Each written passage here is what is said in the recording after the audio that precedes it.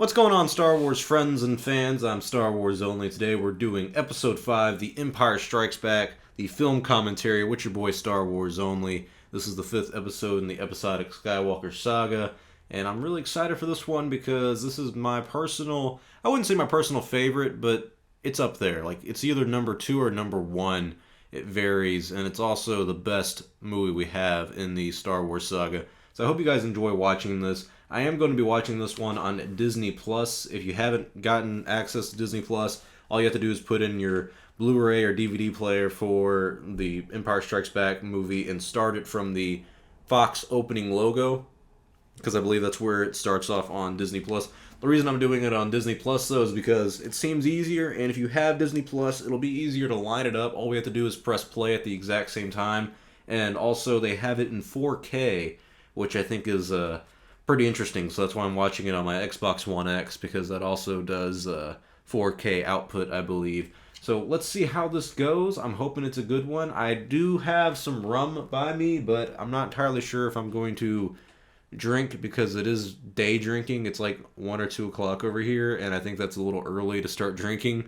And I mean, I don't mind being an alcoholic, but I don't want to like confirm it or anything, you know? So I don't know. We'll see how that goes. But let's get to the opening screen of the Empire Strikes Back film on Disney Plus. If you have it in your DVD player, if you're watching it that way, go ahead and press play and get it at the opening logo of the Fox theme. They have that even for the Disney Plus part, which is awesome. So we're going to start it up there. If you're on Disney Plus, get ready to press play on Empire Strikes Back, or restart if you're at the restart part. And here we go. We're going to begin in 5, 4, 3, 2, 1. Let's do this. Dun, dun, dun, dun, dun, dun. I love the Fox theme. It's awesome. It's like essential Star Wars in my opinion. All right, let me get comfortable here. Gotta turn off the lights. Get the chair set up. Lean back, get ready. A long time ago in a galaxy far, far away. Here we go.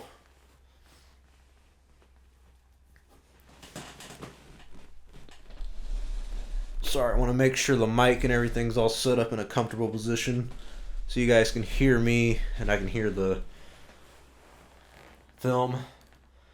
Episode 5, The Empire Strikes Back. It is a dark time for the rebellion. Although the Death Star has been destroyed, Imperial troops have driven the rebel forces from their hidden base and pursued them across the galaxy. Already a dark kind of tone from the beginning. I like that. Evading the dreaded Imperial Starfleet, I said feet.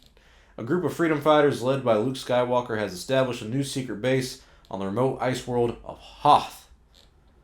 The evil Dark Lord, oh no, I've just put Dark Lord in there for the hell of it. The evil Lord, Darth Vader, obsessed with finding young Skywalker, has dispatched thousands of remote probes into the far reaches of space.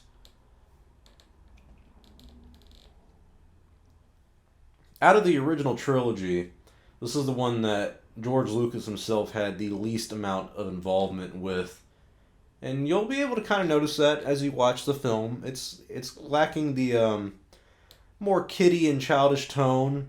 And this is the one that even people who aren't big Star Wars fans, who would say, yeah, you know, Star Wars is kind of whatever. This is the one that they look at and say, you know, I really do like that film, though. Bill Burr is a really good comedian. He was in The Mandalorian.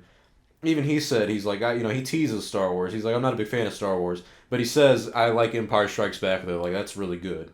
And so it's one of those movies that most casual audiences and people who are really interested in film would say this is the best of the Star Wars saga. I haven't seen it in a minute, if we're being honest. Probably since last year-ish? Maybe a year or two? A little Imperial probe droid just crashed onto Hoth.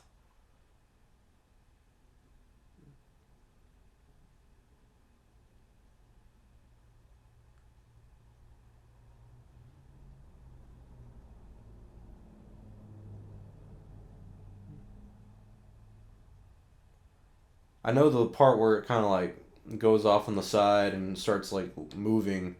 is special edition stuff. The special editions on Empire Strikes Back aren't that noticeable, thankfully. There wasn't too much done. Tauntaun, a little bit, yeah, but it looks a little more natural. There's Luke.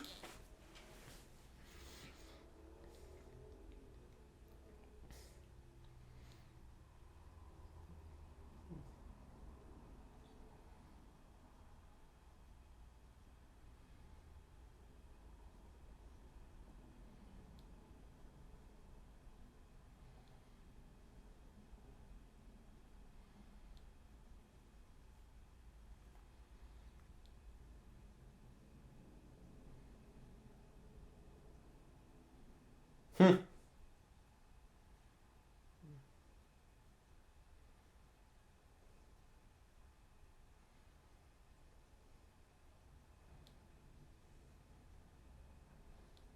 Yeah, he smells a wampa. Oof.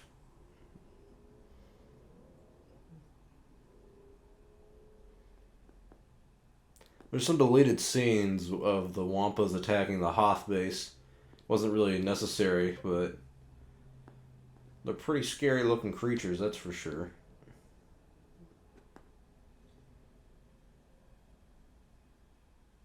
And there's Han. All the 80s.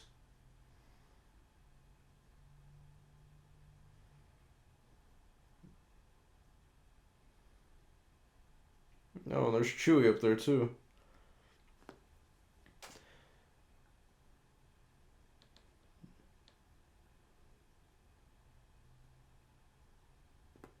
Hmm.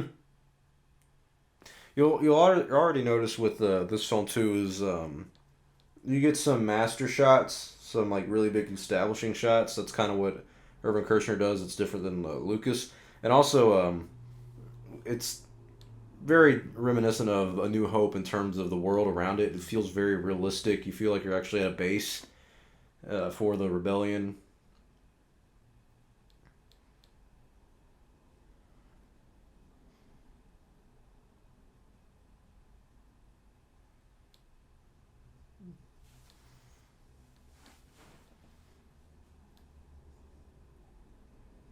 And see little lines of dialogue like that, him just saying, I got to go pay off Jabba the Hutt. That kind of retells what happened in A New Hope. Doesn't Not too much, but if you've never seen A New Hope, it's small little lines of dialogue like that that kind of give you a backstory to it. That's a good part of a sequel. You kind of have the first 10, 20 minutes recapping and remembering what happened in the film before it, even if you haven't seen the film that came before it.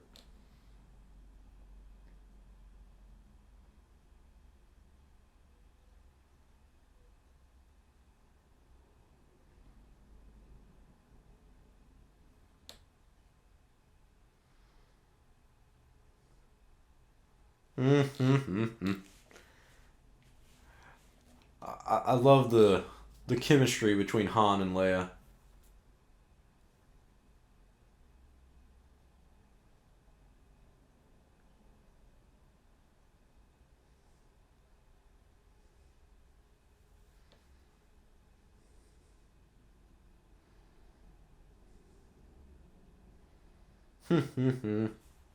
You could use a good kiss. I love Han, man. He's funny.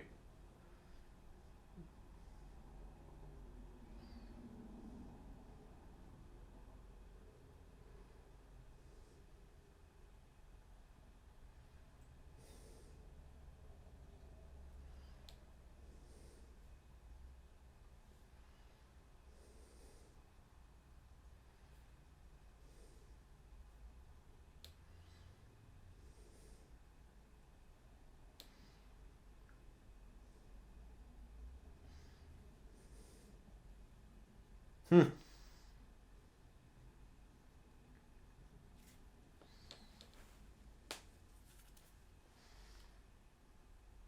That's another cool thing about Han that I think they kind of missed in Solo is that the Solo spin-off film is that he's kind of got that asshole vibe to him. I mean, why don't you go find out? Kind of demanding someone to do something.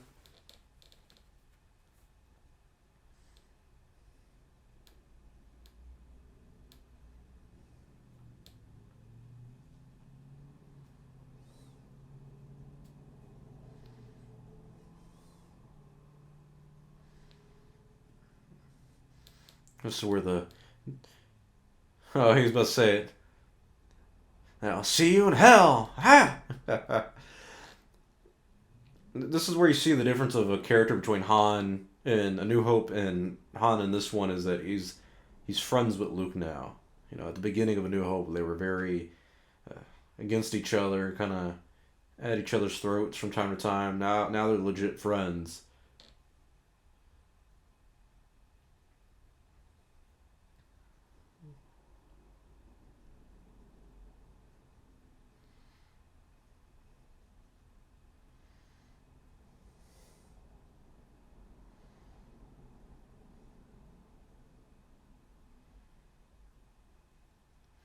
Man, could you imagine all the blood rushing to Luke's head, hanging upside down that long? I don't know if that'd kill him, but it definitely would take all the energy out of him.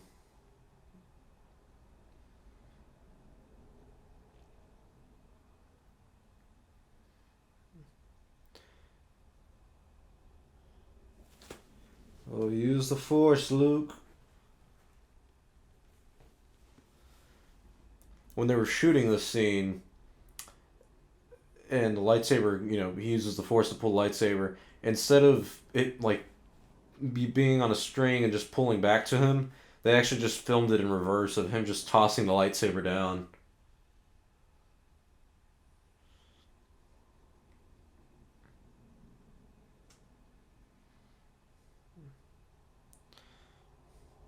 That's another thing is that Mark Hamill also was surprised to learn that Luke had chopped off the arm of the Wampa. He was saying that he thought he would have just like swiped at him or kind of cut a part of him and didn't want to be like a jerk to the Wampa because it's just kind of the way the creature lives. It's part of life.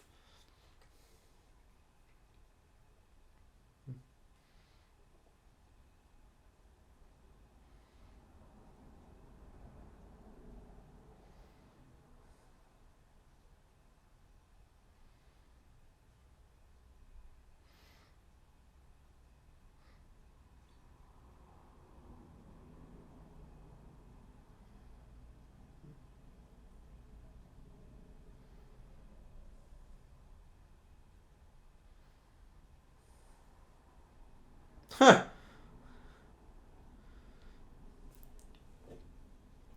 C-3PO is a lot funnier in the original trilogy than he is in the other films.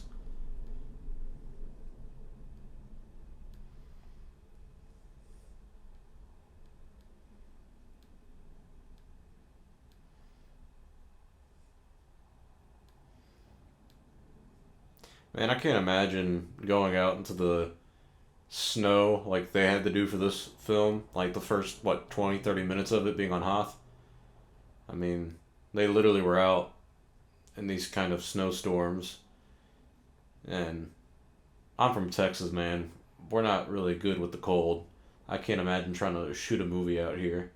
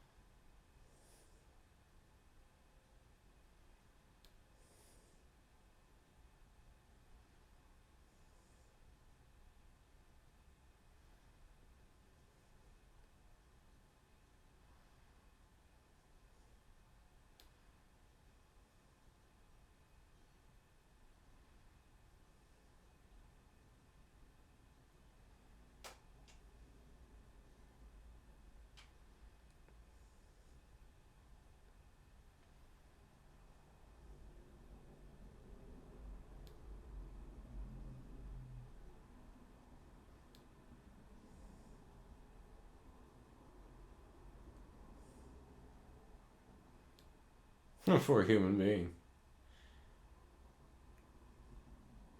Poor Chewie.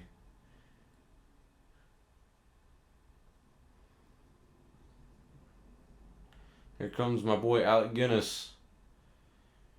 He filmed all his scenes in this movie in like a day. which is impressive for the time. There he is. Ben?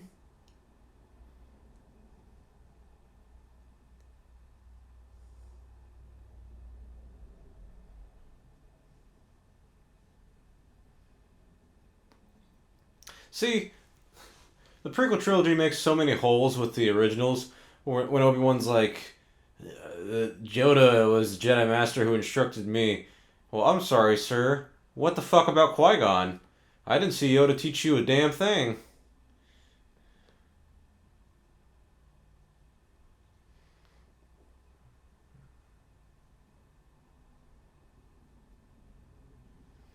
It's Han's. Oh, yep, his Tauntaun's dead. The cold got him.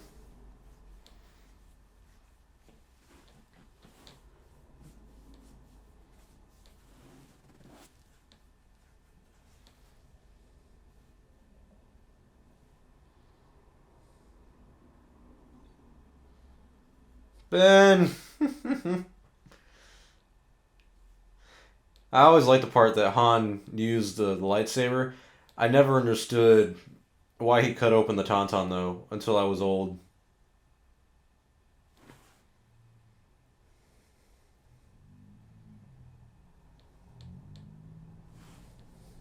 Smart, though. You have to do that. You have to put him in a dead animal.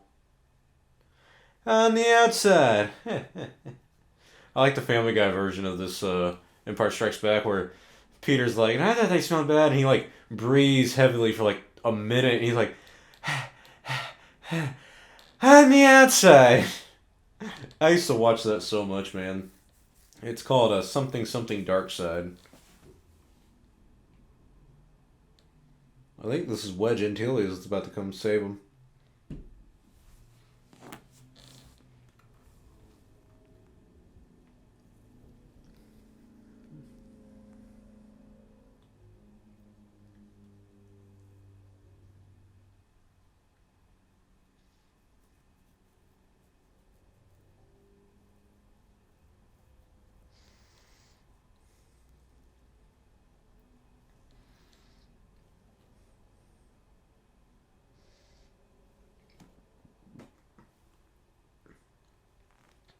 Rogue 2, not Rogue 1.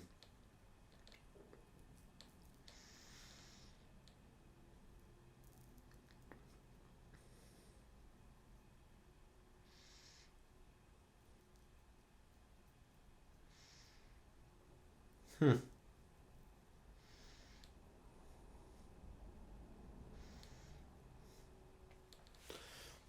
So, like, every shot you see of little snow speeders and whatnot, and any ship in the movies, they're all toys.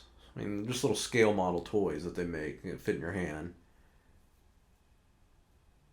Unlike the prequels and the sequels, a lot of them are, of course, CGI and whatnot. It looks sometimes better, but nothing beats practical effects.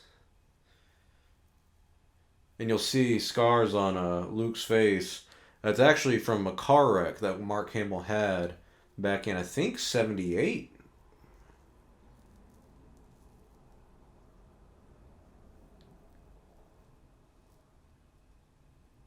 Two. One for the Death Star and one for this one, I guess.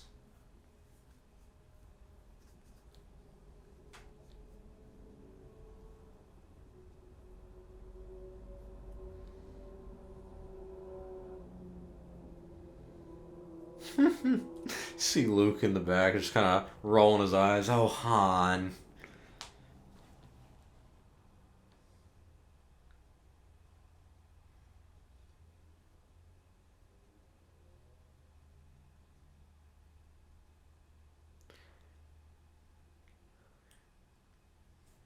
Who's scruffy looking? Oh, the dialogue's so awesome in this one.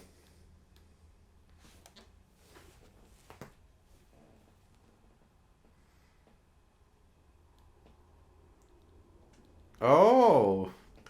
Oh, oh. Imagine George talking about that scene. And we're going to have Leia kiss Luke. that's hot. That's hot. And then Han gets all jealous. And then later, George Lucas is like, well, I guess we can never be brother and sister. And they kiss or what?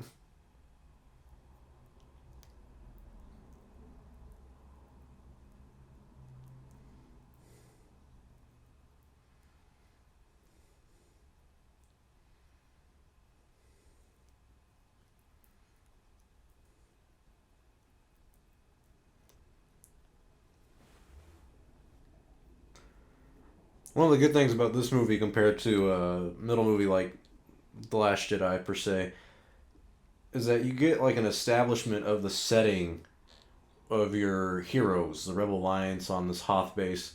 With The Last Jedi, it was the Empire just shows up, or my bad, the First Order, it's like, right out of the sky, boom, we're here, oh fuck, we're gonna fuck shit up. This one, it builds up the tension, slowly but surely, of the Empire showing up.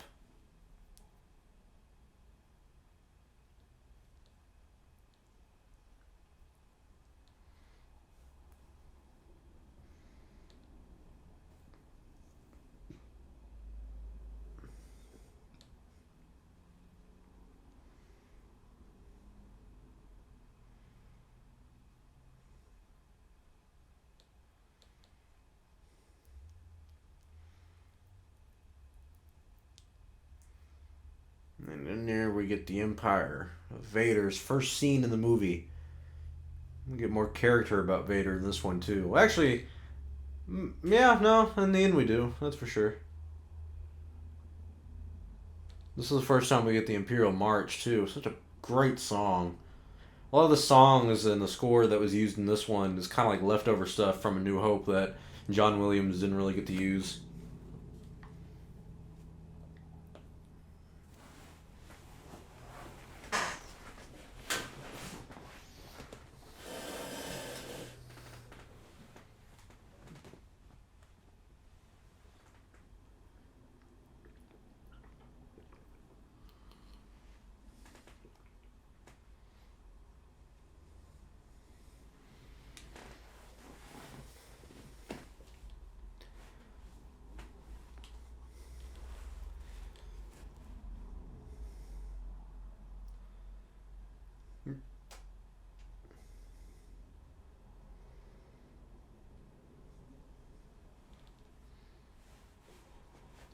Fucking Vader.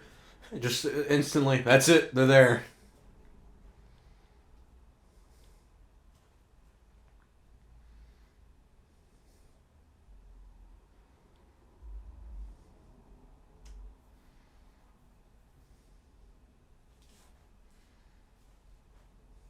Notice how the Admiral just kind of like glares at, what's his name, Piet? He's just looking at him like, fuck you.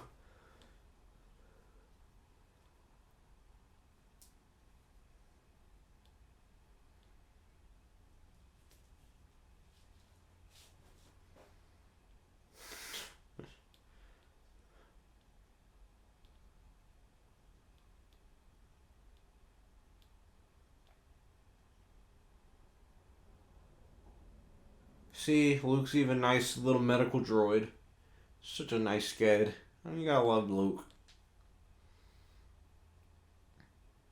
Oh, and he gets a little hug by Chewie. Who doesn't want to hug Chewbacca, honestly?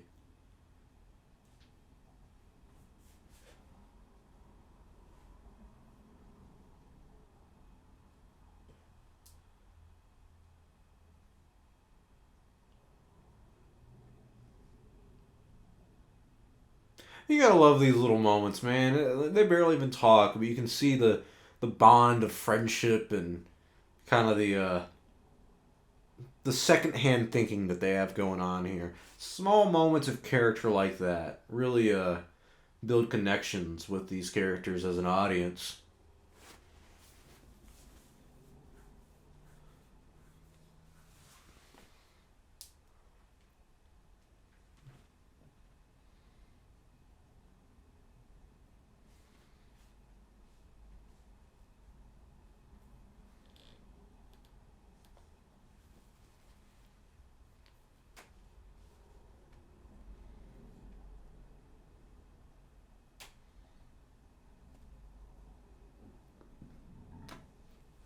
Admiral Ozzel. That's not a good name.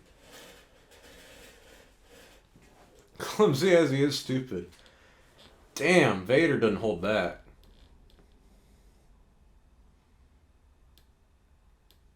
This is the first time he choked somebody with the Force, huh? Like, not in person at least.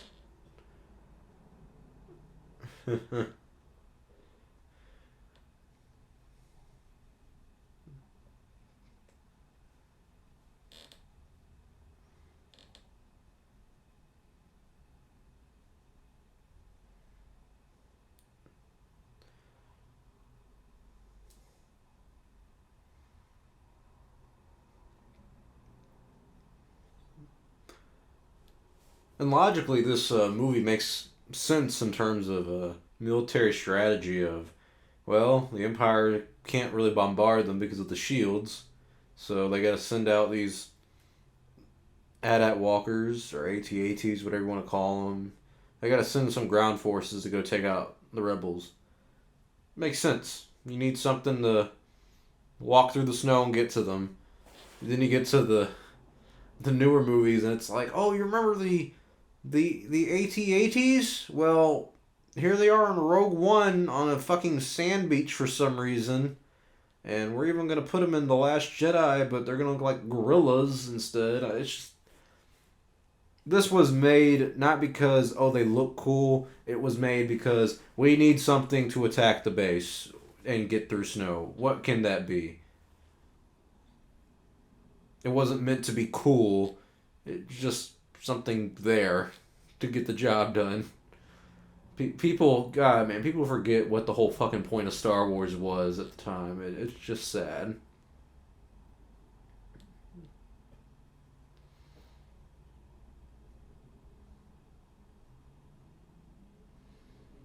First ship is away. Oh, my bad. Transport. Everybody's all cheering. Yay, we did it. We're all gonna die. Oh, there's Dak. Ugh.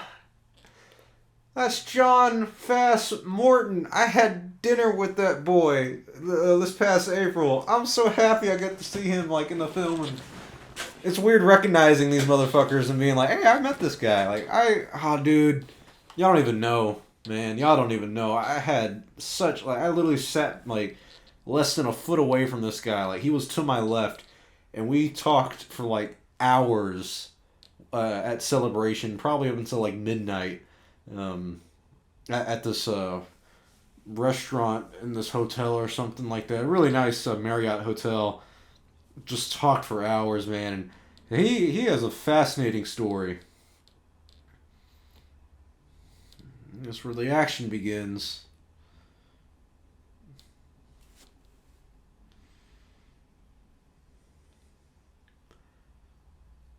I remember playing the little arcade game like at Chuck E. Cheese and Main Event when I was younger of this mission right here.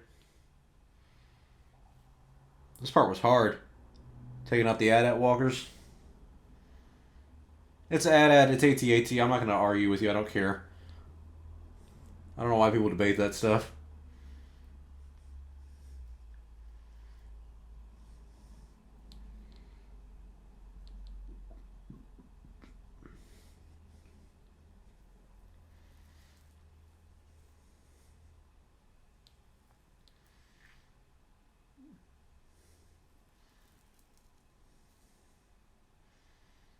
Yeah, why does the ground troops keep shooting at you then?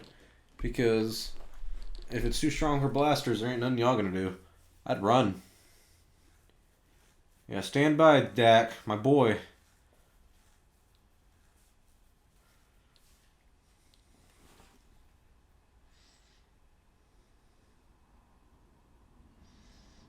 No! My boy John Morton. Dak! He also played Boba Fett in a lot. I'm sorry, man. It's weird for me looking back at this film. Like, man, this is 1980.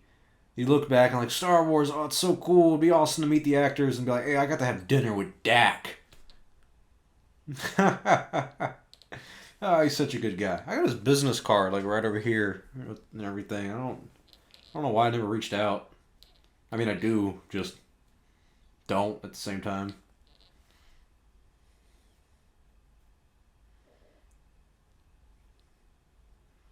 There's Wedge. Oh, Wedge is Rogue 3, not Rogue 2. Maybe I was wrong earlier.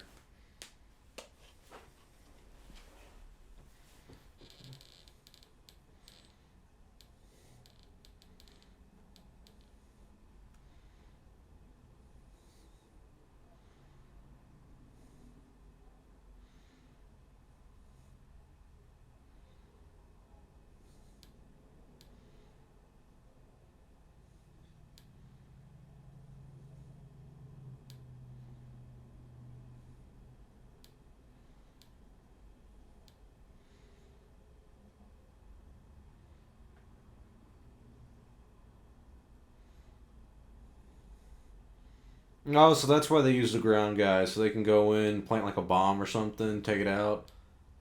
That's pretty cool. See, it still looks good even now. Damn near 40 years later, 39 at this point, right?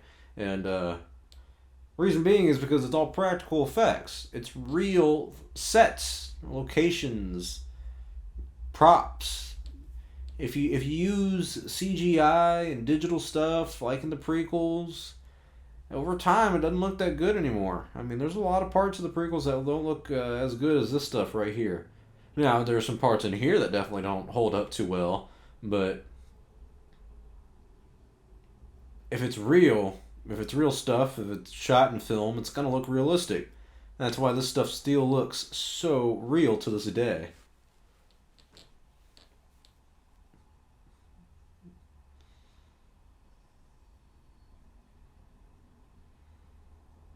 There's a little ATST.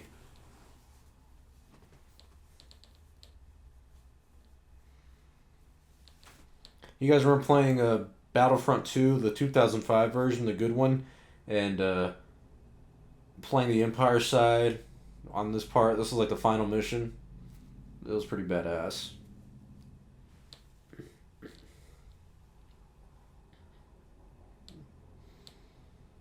Oh no!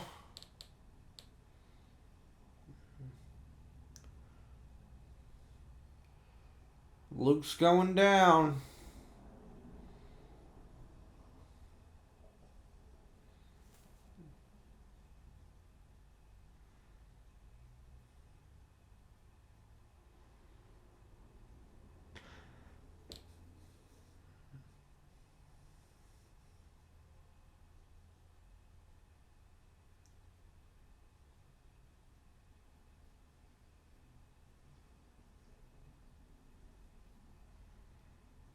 Around this part, I think, is where like the Wampa scene was supposed to happen.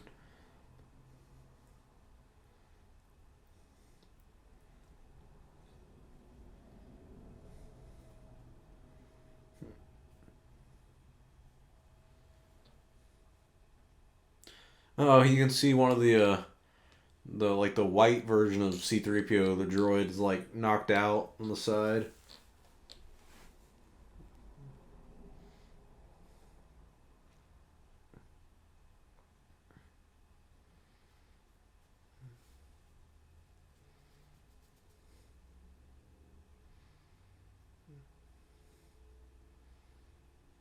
Fall back! Fall back to Minas Tirith! Oh, sorry, wrong franchise. I'd hate to be one of the ground troops. I mean, all you can really do is run and pray. Here comes Luke to take out a whole big boy by himself.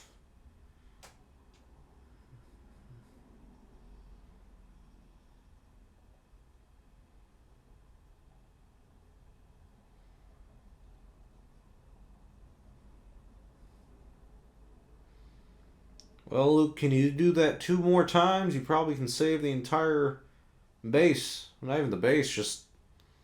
Well, I mean, actually, there's really no point. I mean, if you're just evacuating, yeah. I mean, yeah. Take the loss, I guess.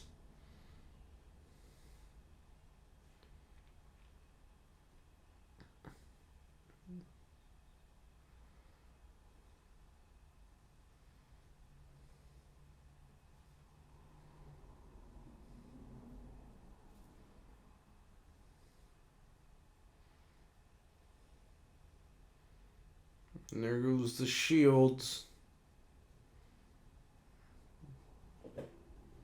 Now, yeah, you see to the left that sign? That's the "Don't enter Wampas in here" sign. In the deleted scene, C-3PO takes that off, and like some of the snow troopers run into it or something.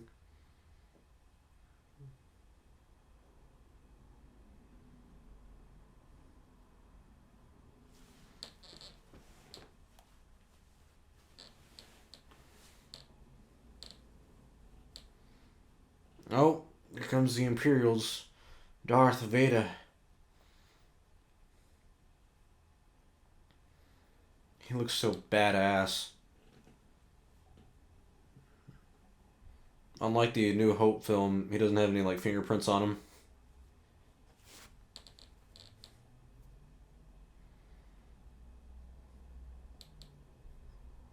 Goldenrod.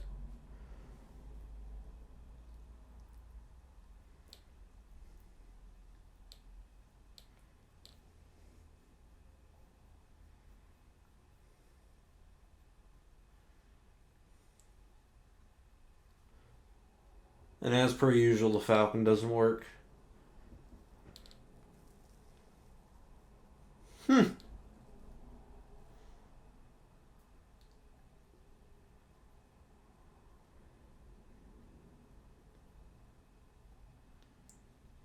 You know, I had a car like that where you had to hit it just to get it to work. At least the radio. I even I took a really long road trip when I was younger for a karate tournament, and my instructor who was driving his car was so trash. It makes no sense how this even worked or happened, but the guy in the passenger seat took down the little mirror thing so he could look at himself, and the sun visor mirror is what you'd call it, I guess. And when he pulled it down, the car turned off. Like, what the fuck? How is that even possible? That's not how cars work.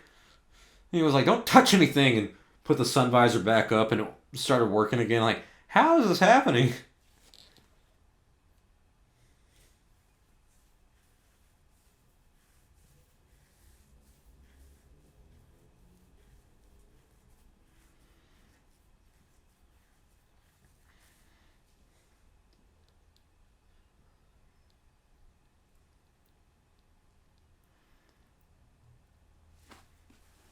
So the Hoth system has what, 6 planets? You only see 4 right there. Hoth's the big one. The other 3 are like really small moons, it seems.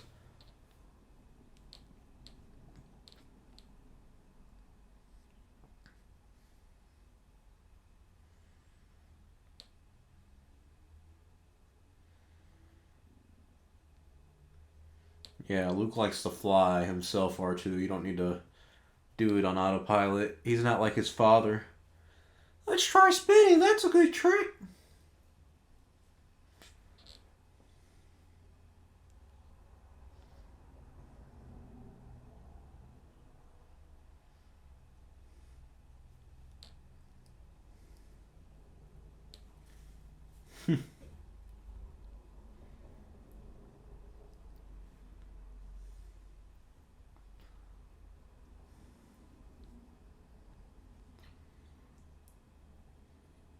Dang, were they about to hit each other? The big Star Destroyers?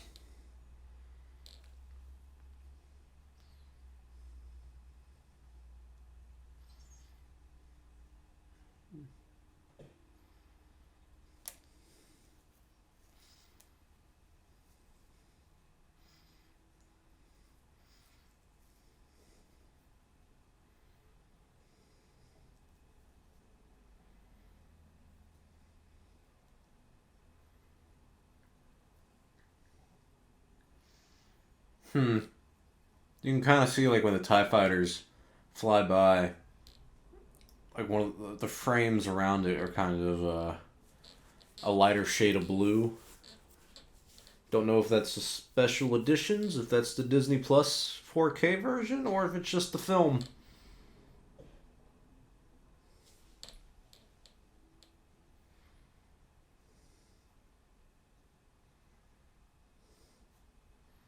You're in an asteroid field now, Han.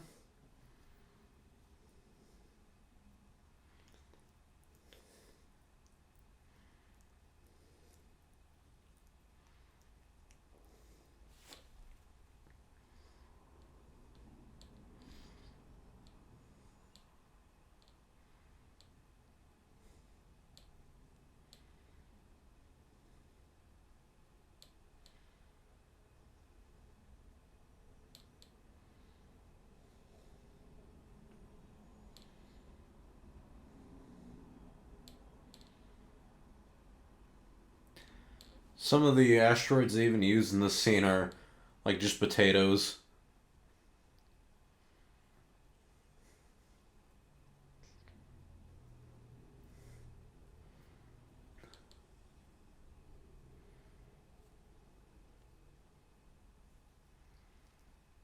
Hmm.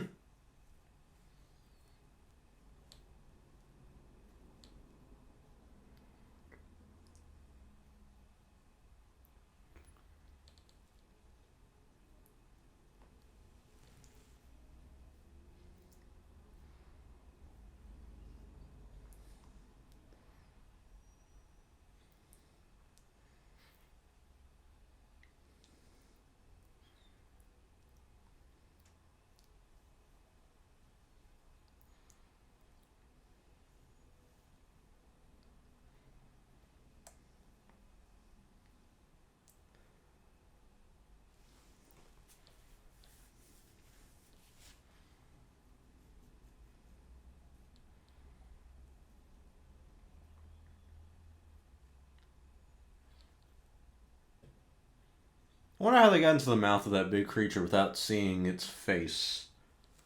Like, does it sleep with its mouth wide open?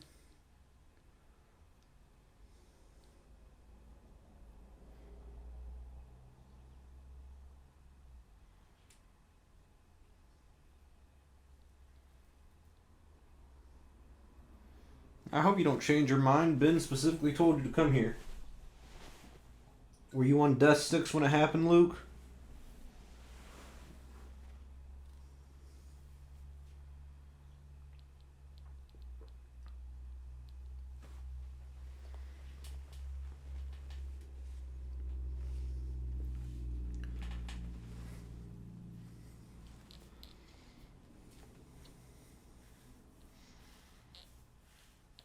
Where are you gonna land though, Luke? You're hitting trees. Hmm. Right in the swamp.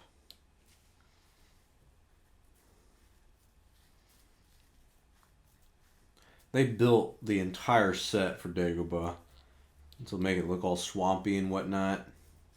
And of course, they had to build like a second floor underneath it, kind of. I guess it'd be the first floor for Frank Oz to get underneath there.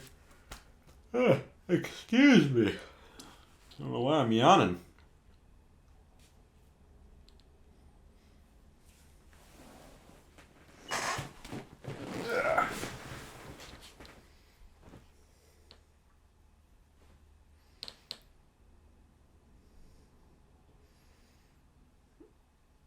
Oh, he fell in. I remember that part. I thought he like just intentionally went in. Didn't know he fell.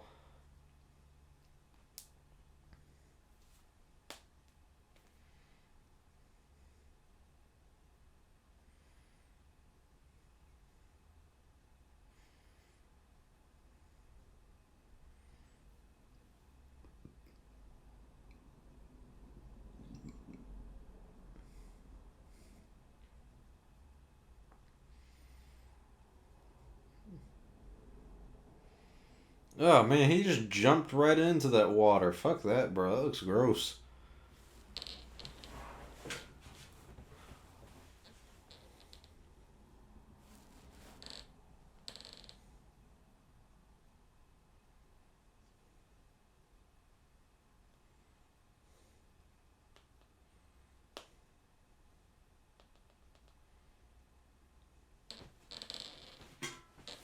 Could this be the end of R2D2?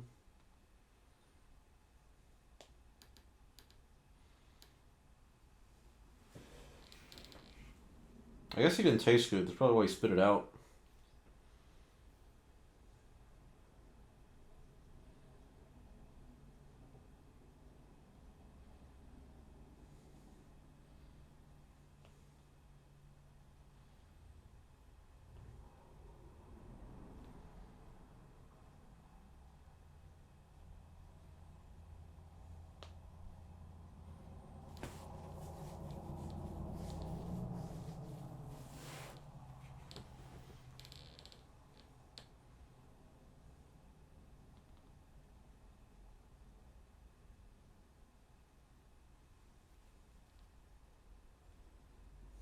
Well,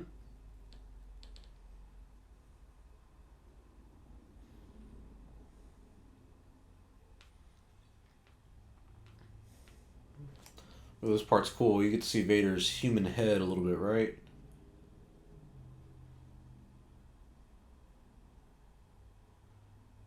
Oh yeah, there it is. Small little moments like this, guys, really impactful. Shows you that Vader has a little humanity to him. That he's actually a human underneath all that armor.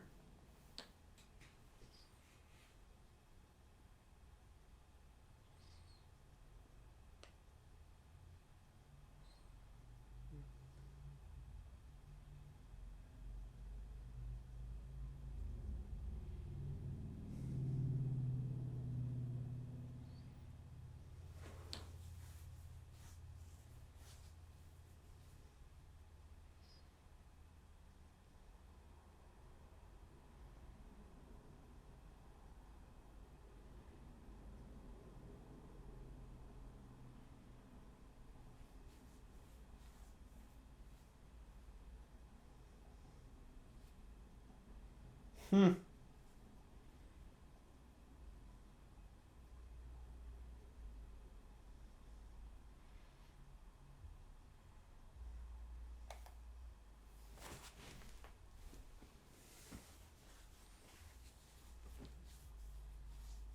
Oh, she calls him Captain. I'd want her to call me Captain too.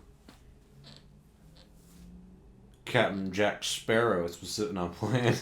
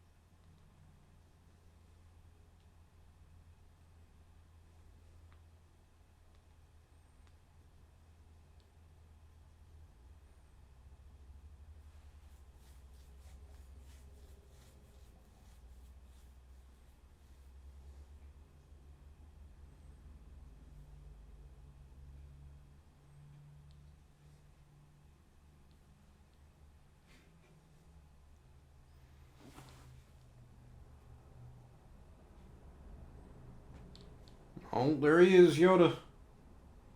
Like we're being watched.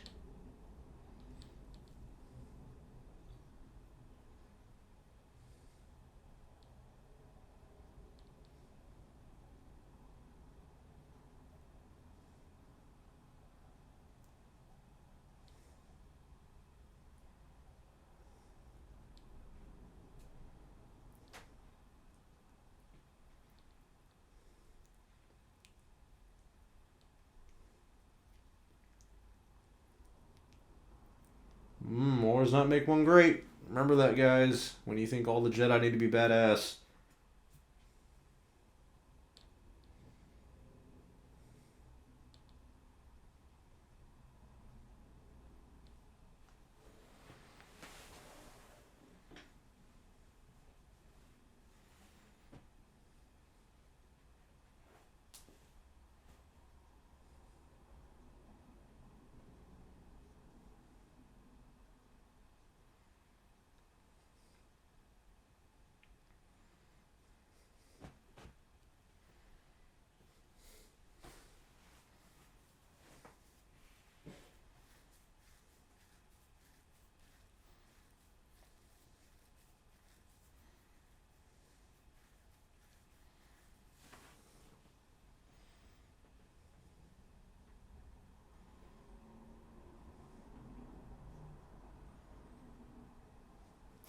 Speaking what's ironic when he says my home, this is there's parts of this like R2 is underwater and whatnot. It's actually filmed in George Lucas's backyard. There's a few scenes that they had to film in his backyard with his pool, his swimming pool. So when he's like, my home, this is, it kind of plays as a double meaning. Unintentionally, but yeah.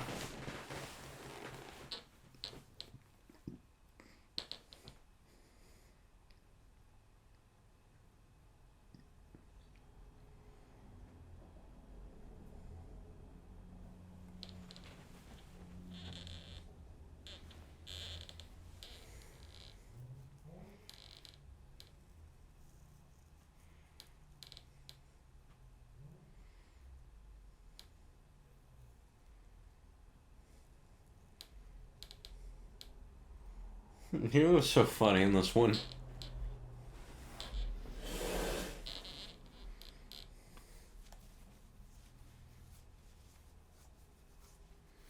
Is R2 plugged into a fucking lamp?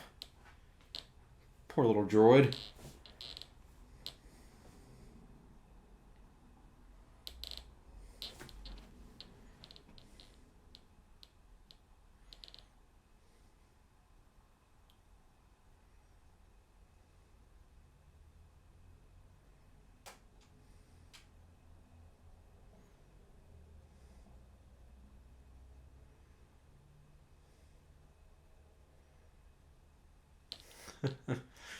Han doesn't want to give C-3PO credit where credit is due.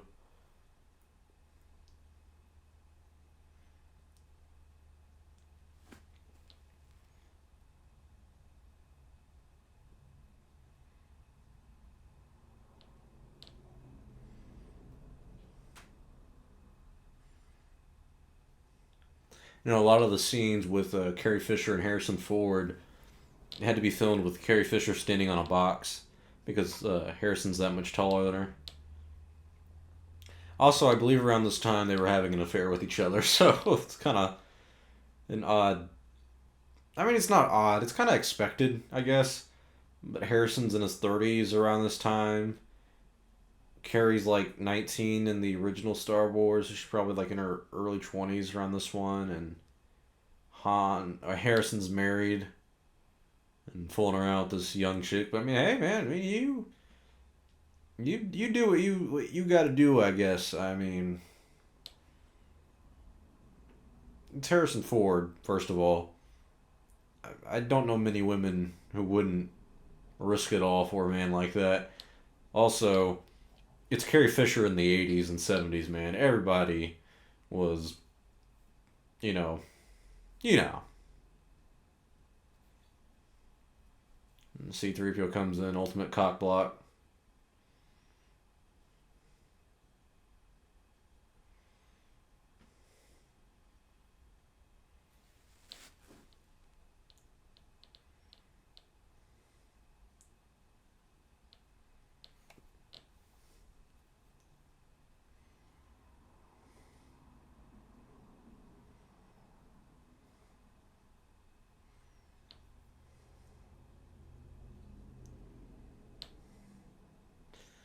Ooh, the Emperor. First big reveal for him.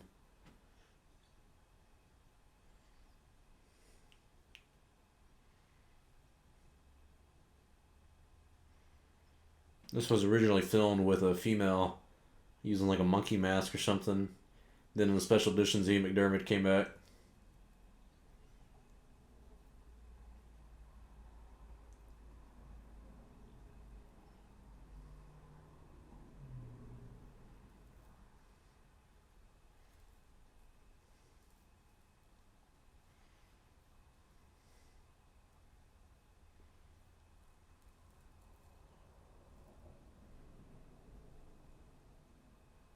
How does he even know that?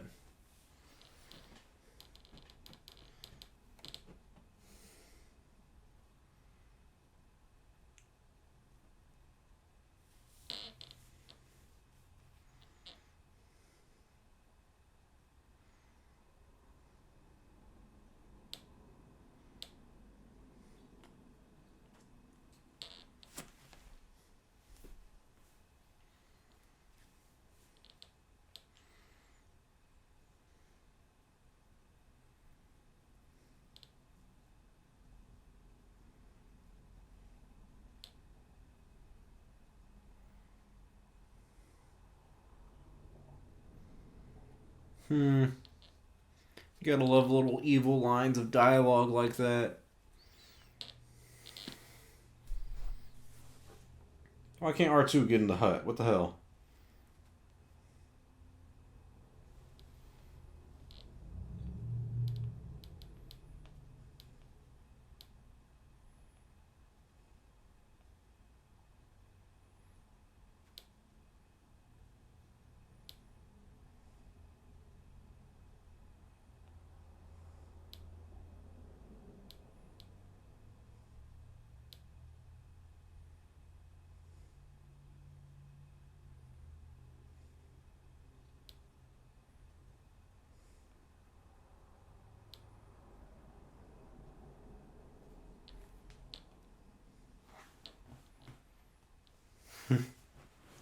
I love Yoda. He's funny.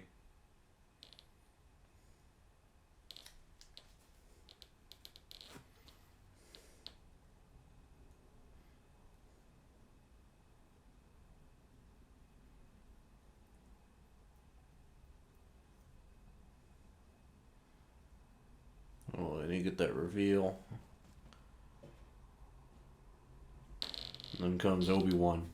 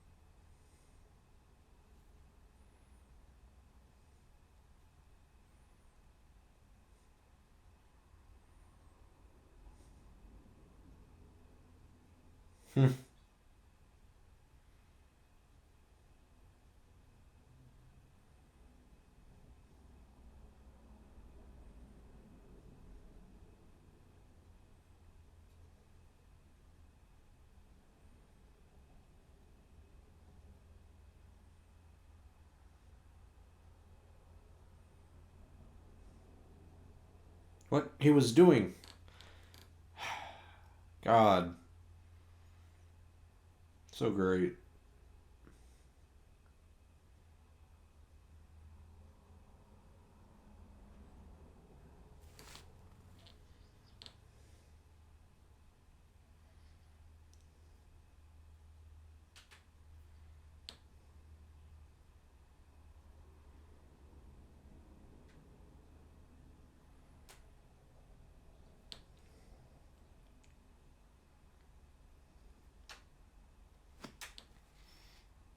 Oh, you will be.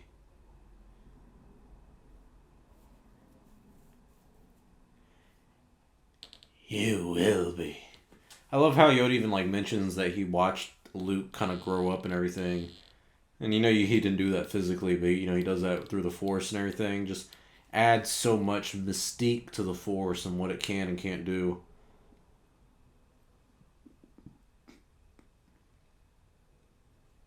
Well, it's actually a good question. What can't it do? It's the Force. It's supposed to be the all-encompassing thing of the Star Wars universe. It's mystical. You don't know what it can't do. This was it's noticeably a lot slower of a movie than Return of the Jedi per se, or almost any other Star Wars film, I would say. But it adds to it. This is the choice of Irvin Kershner. He is probably the last director in the Star Wars universe to tell George Lucas, no. George didn't write the script on this one. He didn't direct it. This is all other people. Collaboration with George and other minds on the story and where it goes. But Irvin had a lot of the final say on what happened in this film. And that's why it's slower. That's why there's romance. It's not kissy kissy smoochy smoochy like in what was it, Attack of the Clones. He's like, I wish I could just wish away my feelings. No, this is real love, real emotions here. It's darker, it's slower. It builds on tension up until the very end.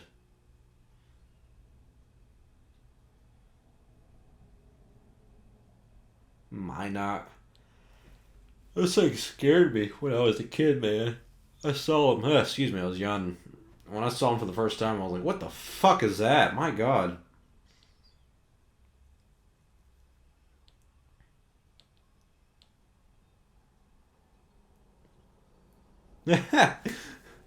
C-3PO's hilarious, dude. Oh, he's screaming, ah!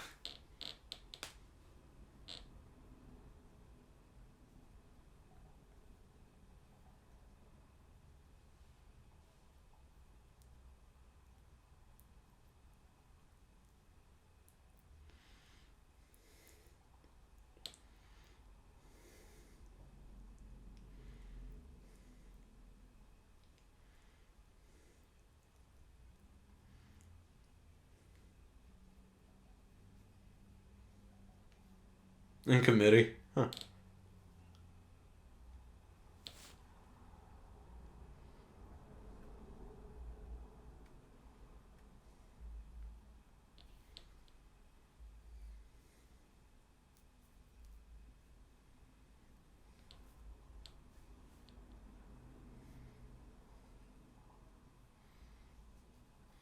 It's a giant space worm. Look at that bad boy.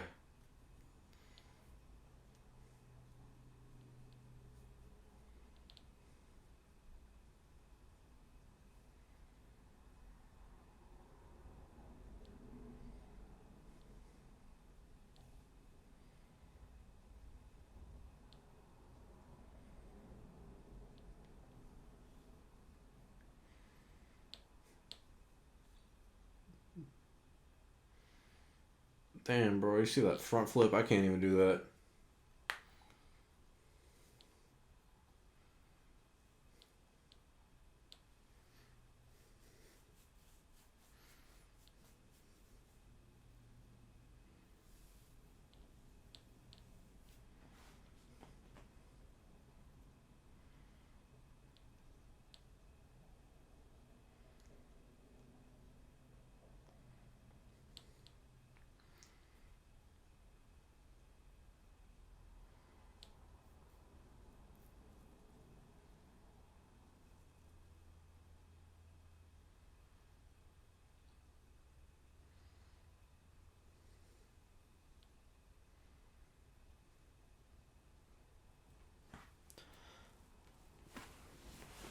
There is no why.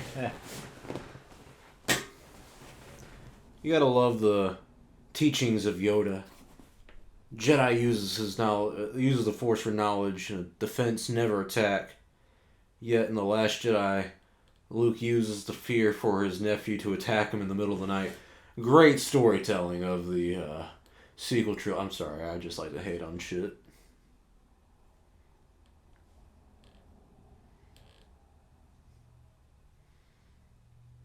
Yoda doesn't even respond to that. He's just like, yeah, something not right, probably.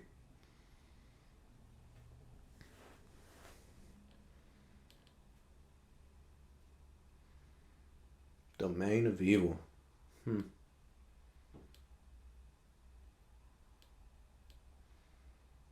Only what you take with you.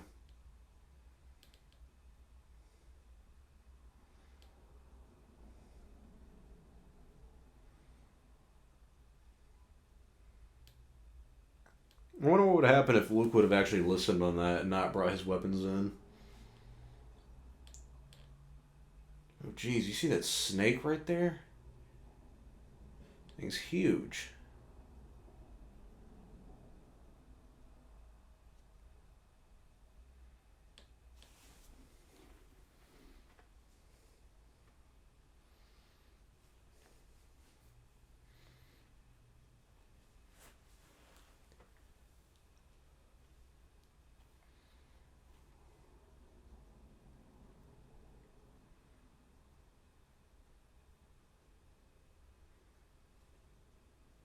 There's another snake. Fuck that. The dark side can win for all I care. If I gotta deal with snakes, I'd rather fucking not.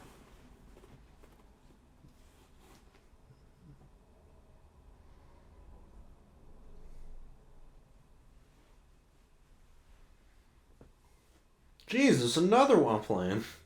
I mean, there is, but I don't really care.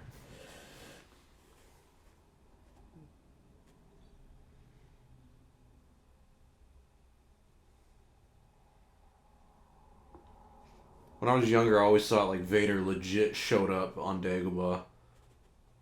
I would have loved to hear him and Yoda have a talk.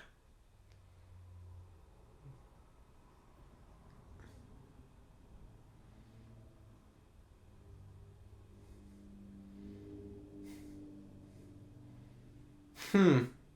Maybe that's why Yoda said don't bring your lightsaber, because Luke's the first one to draw.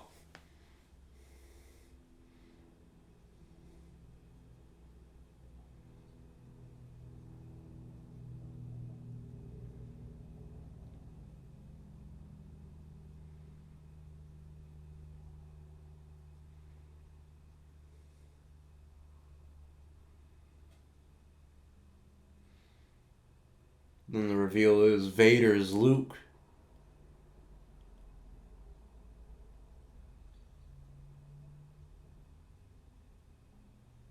Dark moment. He'll become Vader if he falls down that path. Makes you think, doesn't it? A lot better than that cock tease in fucking Last Jedi, where Rey goes into the dark side temple and is like, what are we gonna do here? Oh, I'm gonna snap. Oh, everyone's snapping now.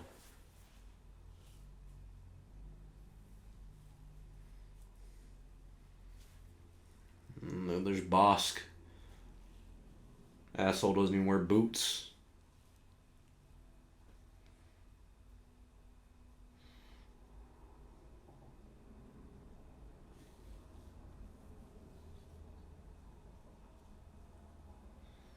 IG-11, Boba Fett. Oh wait, I say IG-11? Isn't it IG-37? I don't know. I really don't know.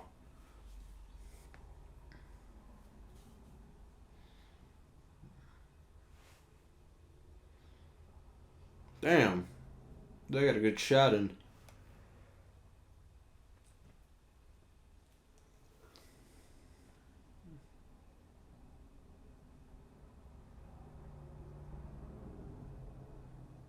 It's not fair.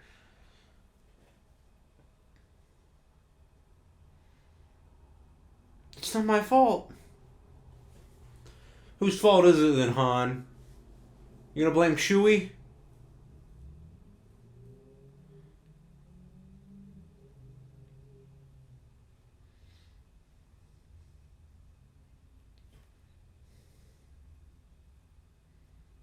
Hmm.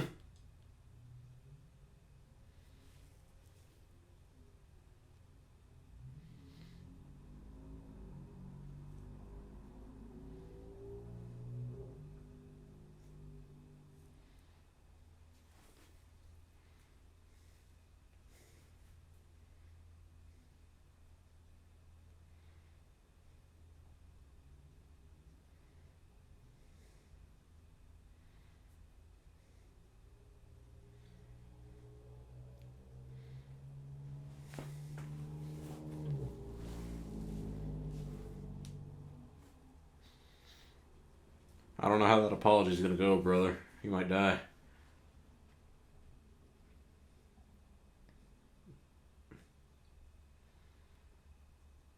Dude, he's doing a one-arm handstand. At my jiu-jitsu gym, they're trying to make us do, like, walking on your hands, like, forward on your... I can't even fucking do that, bro. Like, what the hell?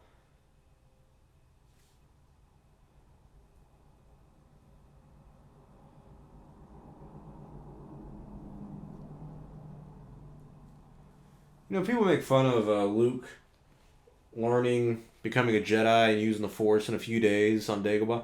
How do you know how many days he's been there? I haven't seen a timestamp. Not once.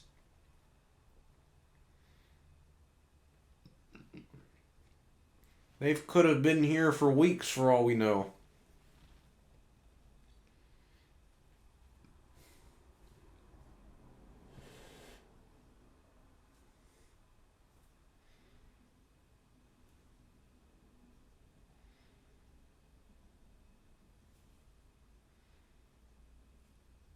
No, no different.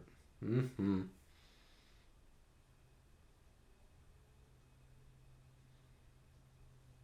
No. Or do not. There's no try. See, moments like these are iconic, memorable. They actually have meaning in life, impact, lessons you can take away not only from this. Yoda's face.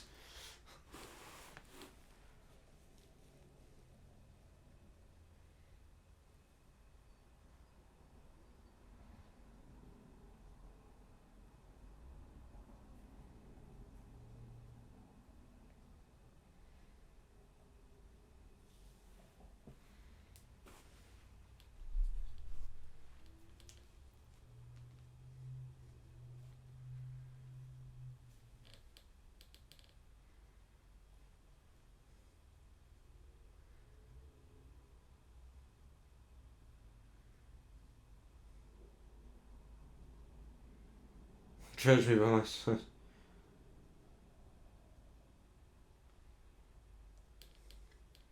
And a powerful ally it is. Yes, sir.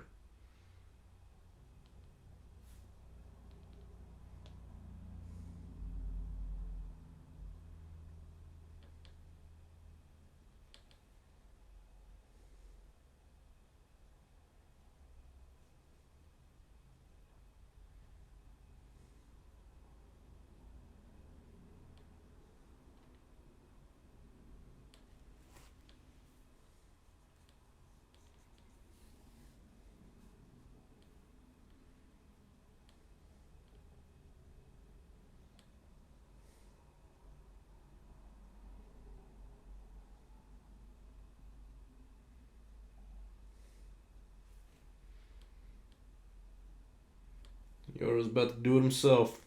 Show Luke so he can shut the fuck up.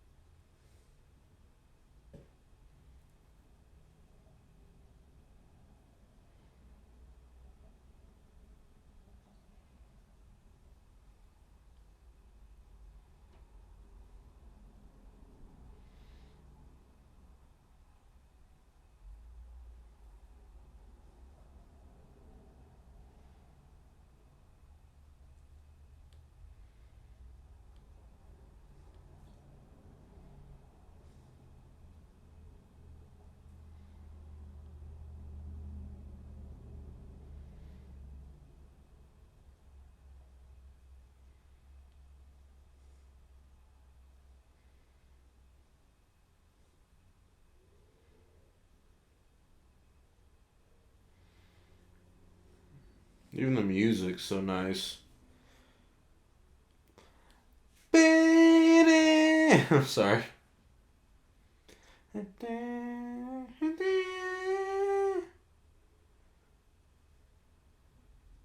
What a good moment, man. What a good scene.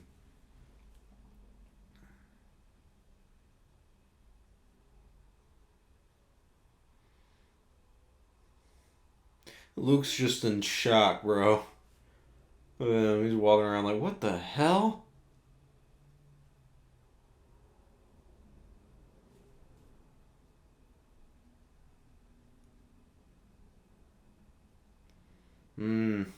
Another last little impactful line of dialogue at the end of it.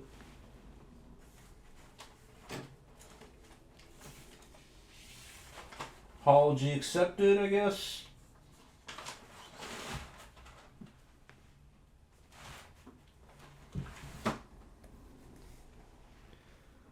Vader's an asshole. Jeez.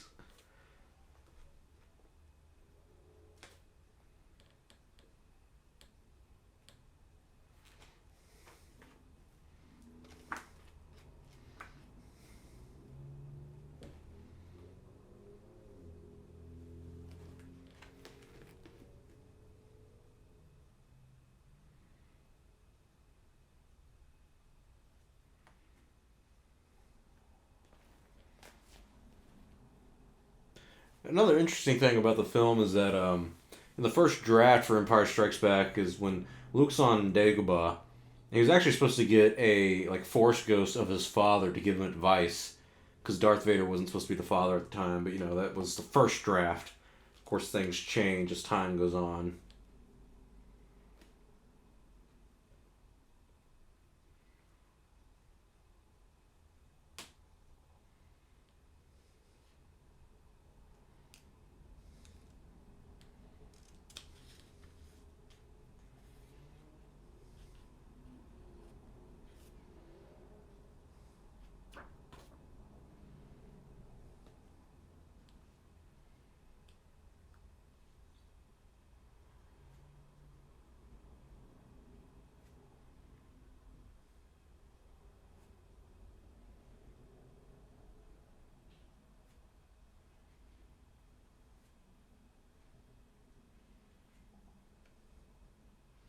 Yeah, Lando's a black guy, sweetheart.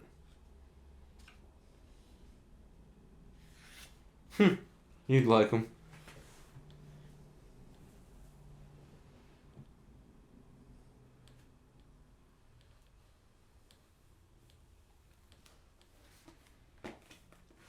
At the end of this film, in I think it was the second draft, Han wasn't going to be frozen in carbonite. He was originally supposed to be, he's supposed to go find his, like, stepfather or something, which is also something that they were planning on for this film at the beginning, but, I mean, things change as the writing goes on, and Leah Brackett was the original writer of this film. She unfortunately passed away after her first draft of everything. Lucas gave her notes and what he wanted to change, and she just time caught up with her. And R.I.P. my girl. I always like the Boba Fett chasing them part, even though it's kind of odd that they can't see him right behind them.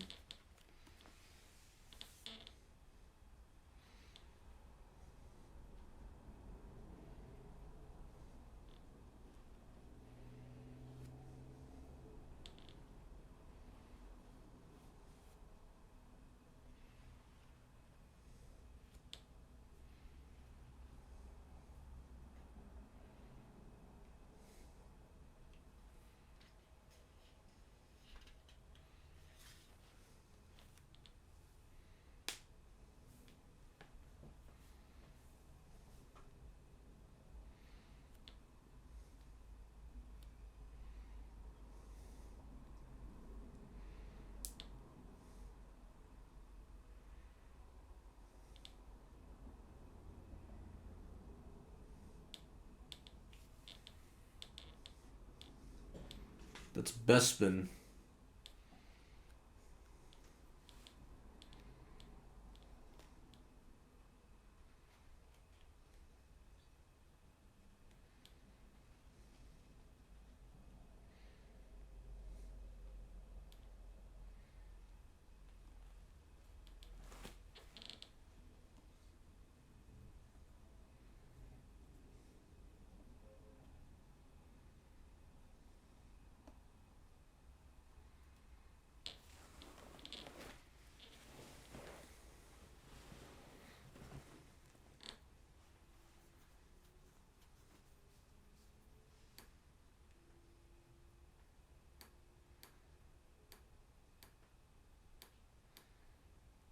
Hmm. I didn't realize that. I forgot about that scene that like Luke saw it and then didn't immediately leave. He like stayed for more training for another day or two. I assume. I'm not sure how long.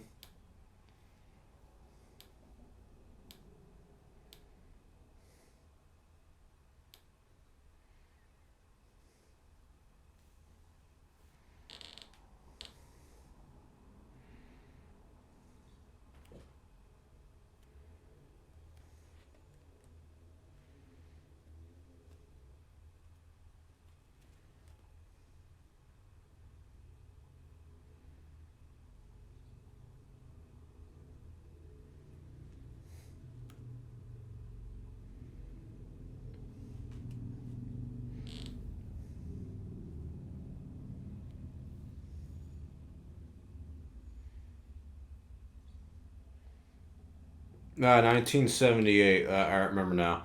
1978 is when Leah Brackett died. One who wrote the. First of all, look at the special edition, like set of the like landing platform they got ongoing. Like it looks kind of looks cool. Don't get me wrong. Reminds me of THX 1138. But yeah, 1978 is when Leah Brackett died, and so after that they had to change up a lot of the script. And around this time too, when there was announced to be a second Star Wars movie, was going to be Empire Strikes Back. Lucas decided, all right, this is going to be the fifth one, not out of a 9-part series, out of 12. 12 fucking films, my friends. That was the original plan. To make 12 of these bad boys. Can you imagine? I mean, well, not only we're already going to get probably like more than 12 in the future, but like just imagine a Skywalker saga going on for 12 episodes, man. I mean, could you imagine if the sequel trilogy, we'll see how it goes with episode 9, but imagine like episodes 10, 11, and 12. Where would that even go? What would you even call it? The sequel? Billy D. Williams.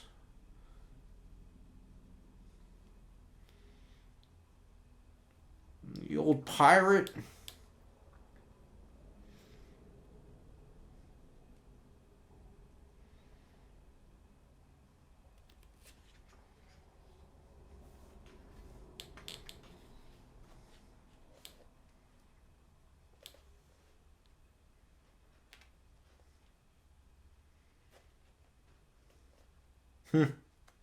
Well, hello. Lando's quite the flirt.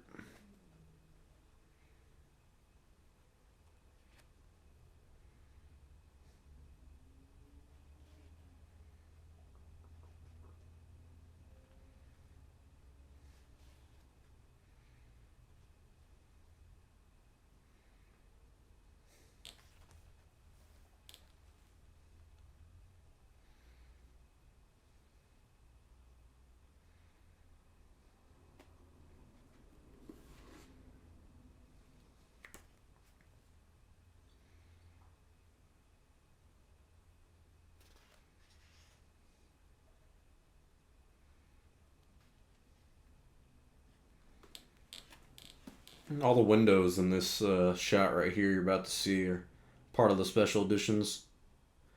It was really originally just all white panels.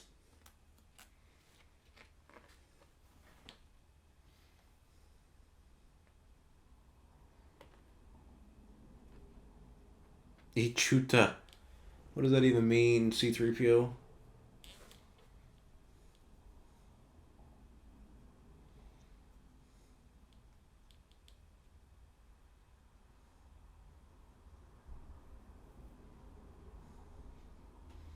Damn, they shot C3PO. Chewie's the only one who kind of noticed something went wrong. Oh, Luke does leave.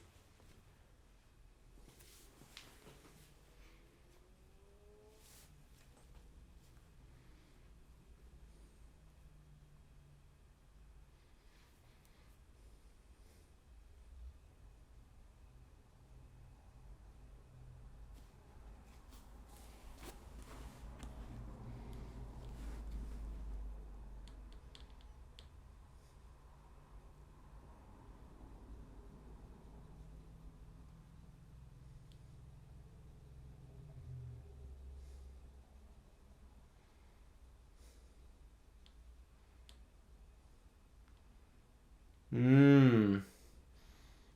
So the cave was a failure on Luke's part. He was the first to attack, defeats Vader, but reveals it to be himself.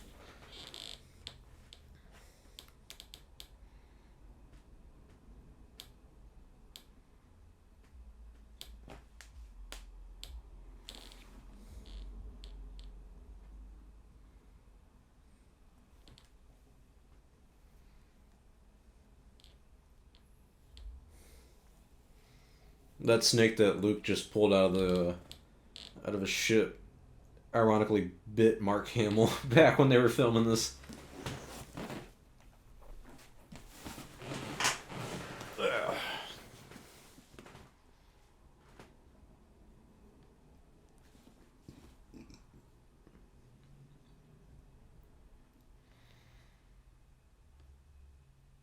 I wonder why Obi-Wan can't interfere.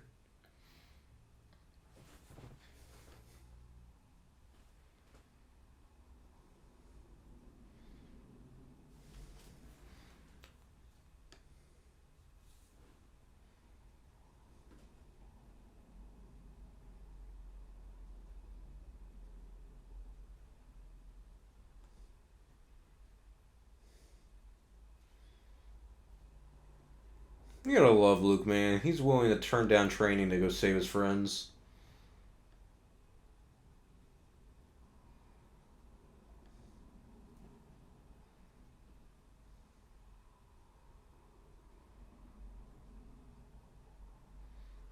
Just talking about Leia. There is another Skywalker, if you will.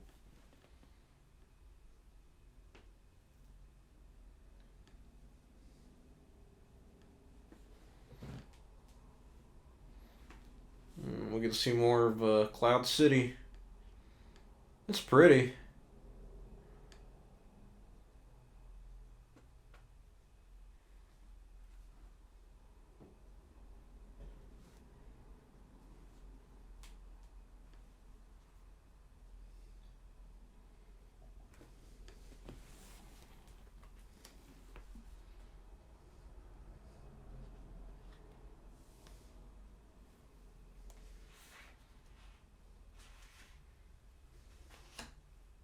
Hmm.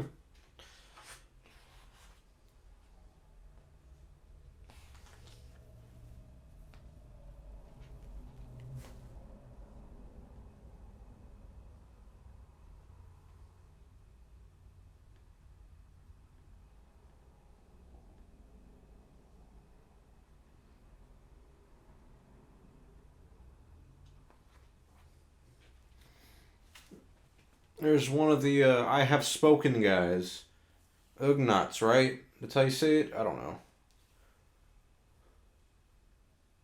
Ugly looking motherfuckers, that's for sure.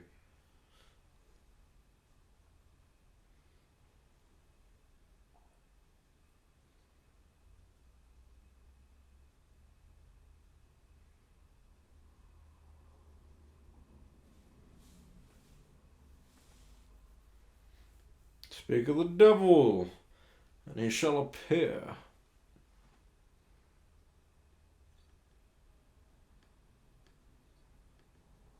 Thank you, Lando. I know I do.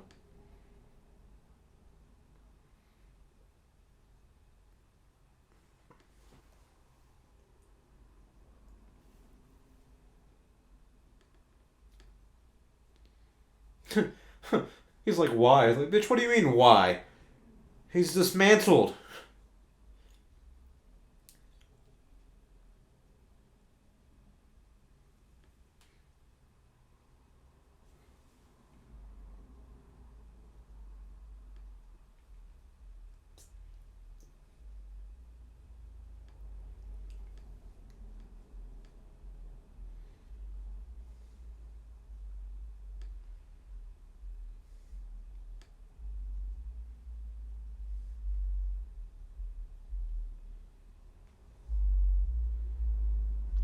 Unfortunately, that deal is betraying you, Han.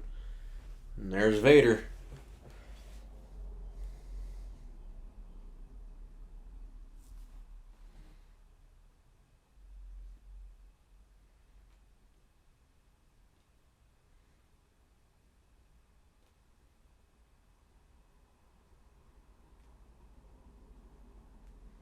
I'm sorry, too.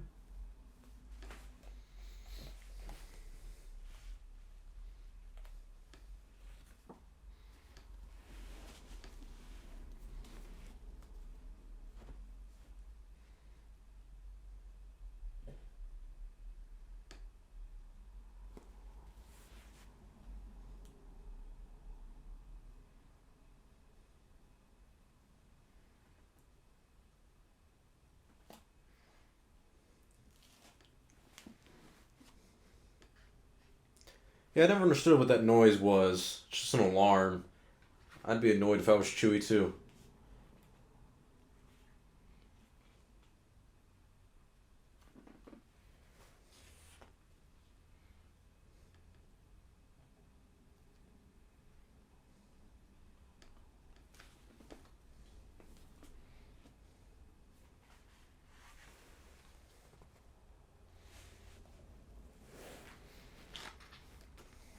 I got my book here on some of the interesting stuff on behind the scenes stuff of Star Wars.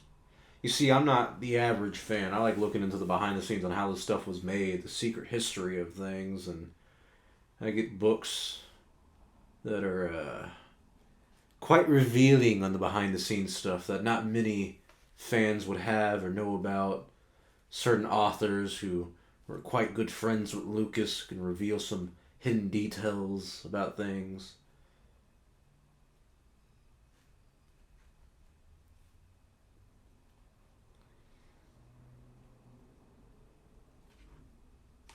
I also know people involved with this shit, so that kind of helps too. And Han's about to get tortured. That's pleasant.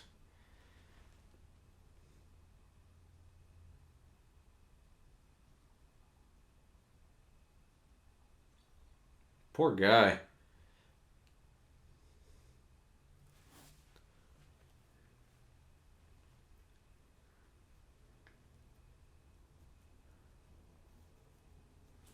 Permanently damaged, huh?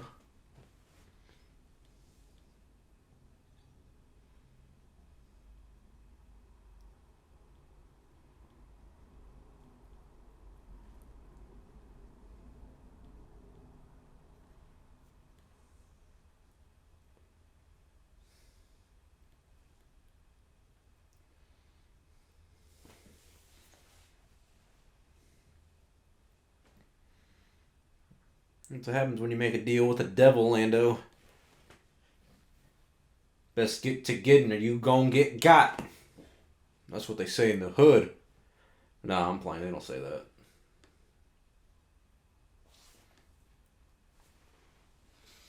Flea bitten furball. Damn, C-3PO's got some cold ass insults.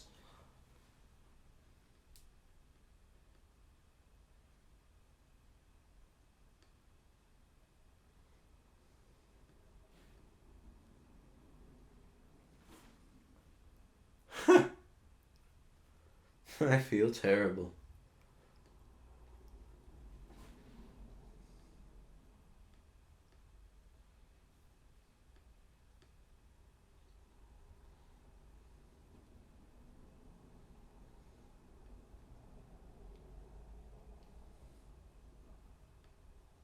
What?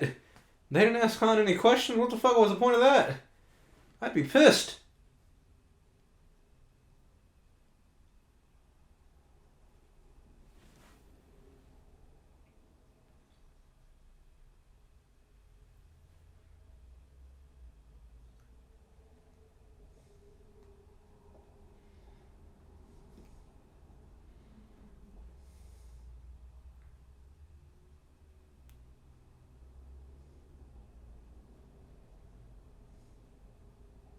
Hmm.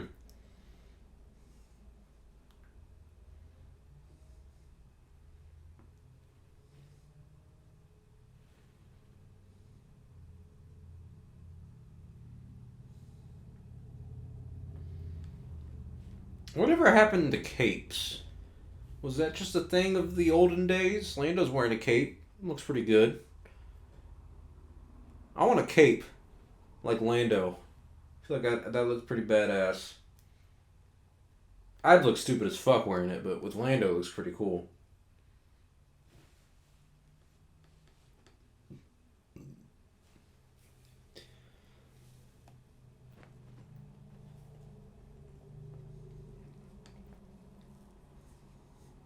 You know, they were freezing Han Solo in carbonite because, unlike Mark Hamill and Carrie Fisher, Harrison Ford didn't sign a multi-film contract with Lucasfilm to make these.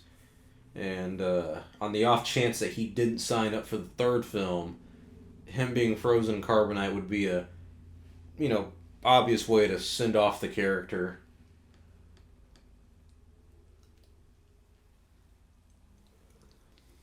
Even the part where Han says, "I know," it's something that Irvin Kershner and Harrison Ford just kind of came up with on the spot because they couldn't seem to find the right dialogue for the response for Han. And Harrison's like, "Well, let me try this," and he tried the "I know" line, and Lucas hated it. He kept telling Harrison that it was a really bad line and it wasn't gonna work.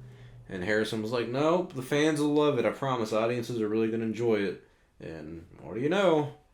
Lucas was wrong.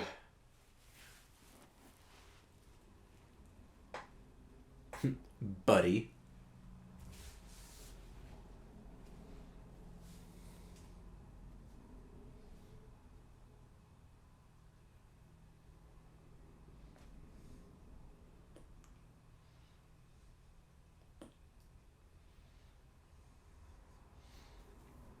I'm not ready to die. I think Chewie just killed like 3 stormtroopers like nothing, honestly.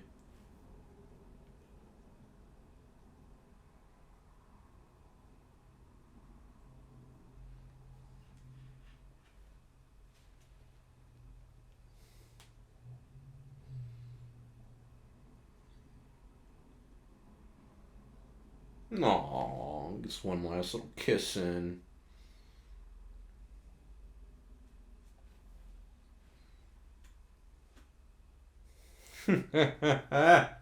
I know. I love it. Good for you, Harrison. Good for you, Irvin. I don't give a fuck what Lucas says. It's a good line.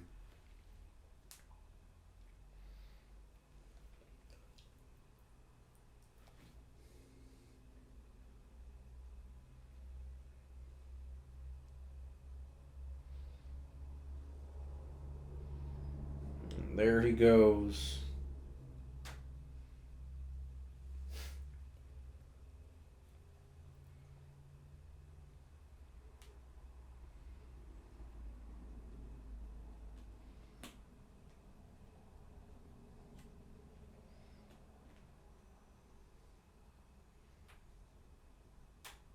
So quiet there too. No one's really talking. I mean, you really think about it. It's a fucking dark scene. They just froze like Han in like this substance. They don't know if it's gonna work or not.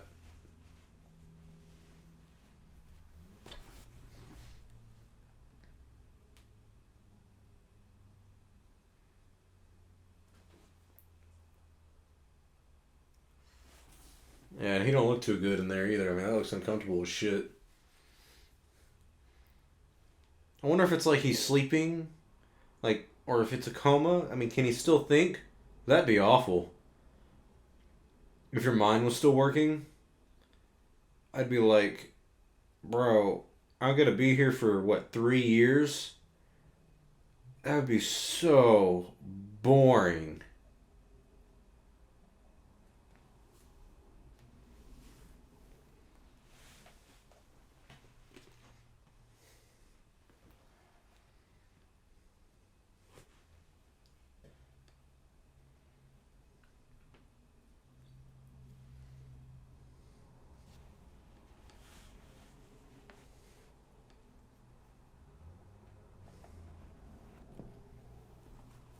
Pray I don't alter it any further. You gotta love that too, man. So many iconic lines of dialogue and moments in the original trilogy compared to all the other ones. I know people are gonna be like, "Oh no, well the prequels have this icon." No, no, no. The prequels have memes. Okay, there's a fucking difference between iconicness and stupid fucking memes that we make up on the internet. Fuck your memes. I'm fucking with you, but fuck those memes, man. They're just funny. They're not from a point of merit of film. They're from a point of, you see how funny this line of dialogue is?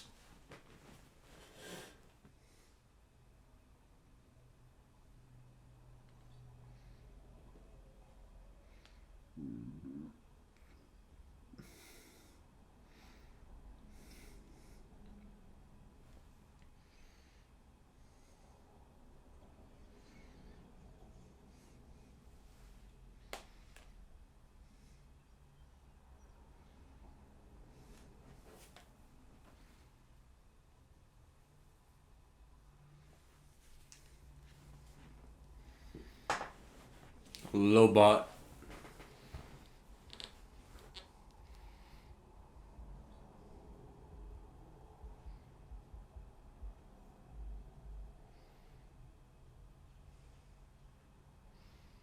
Man, what's his name? The main actor for Boba Fett.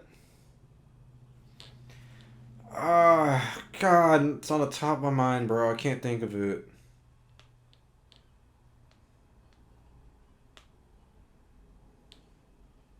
It's a trap!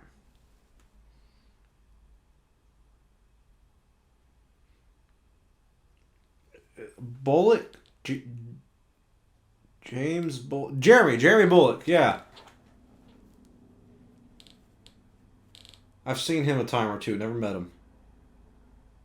I've met the other Boba Fett, so Daniel Logan, John Fast Morton, who played Dak earlier in the film. Talked about that. Ooh, I like the set right here. Look how dark it is right now.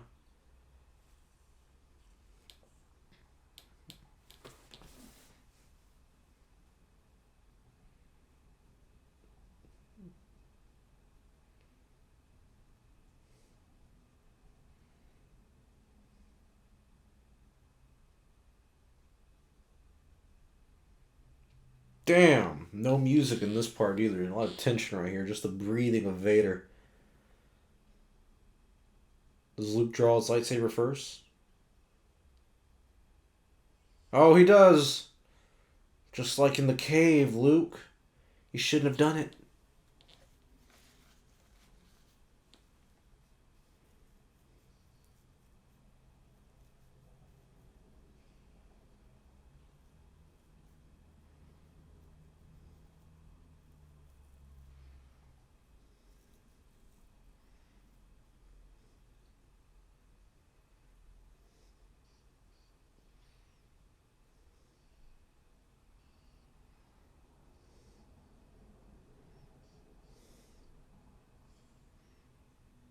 Damn, that was a intense moment.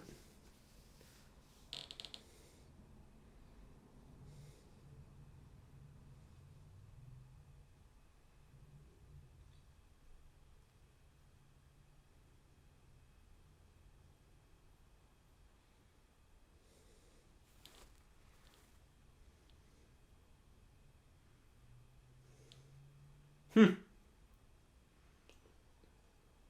Oh yeah. Chewie's just gonna kill him.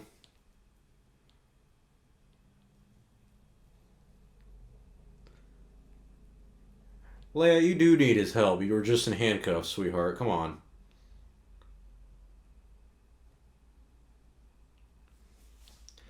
His name's Han, not Han, but yeah, we'll take it.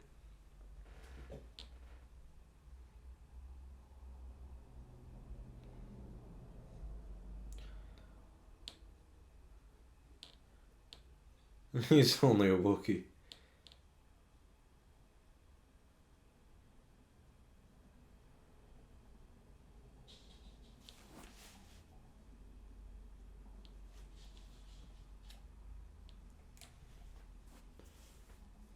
And there's R2 reunited with everybody.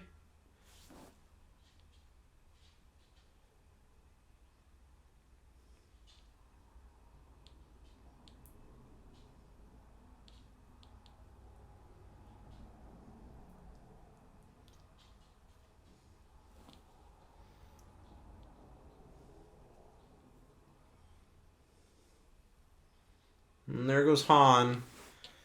Let's go save him in a few years.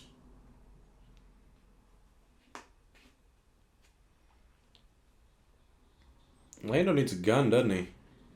He's over here empty-handed.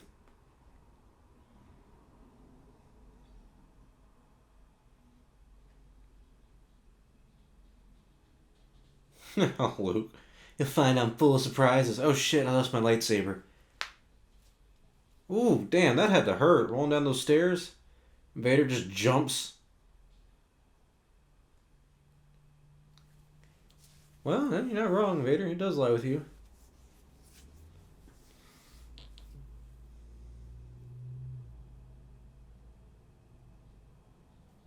Luke just falls in. Ah, Vader doesn't see that he jumped out.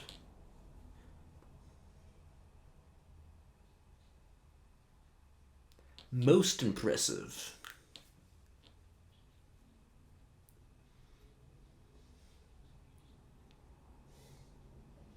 Oh, he used the Force to pull the lightsaber in. I don't remember that one.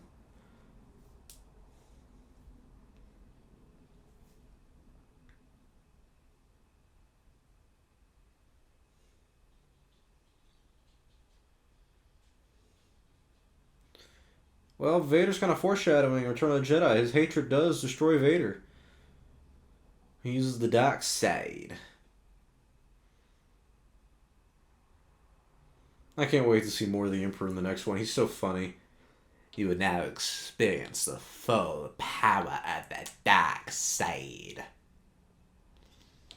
And then Luke's like, your overconfidence is your weakness. Your faith in your friends is yours. Can't wait to see Palpatine in 9, bro. It's gonna be badass. Your journey nears its end. I'm sorry, I just fucking love his voice. He's a bad motherfucker.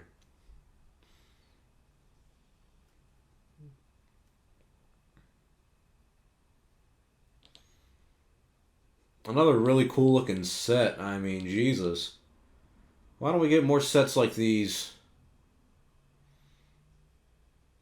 Then Vader starts using the Force behind Luke's back. Oh, he caught that one, though. You know what? I think I remember as a kid I had a toy of that piece that he just cut in half.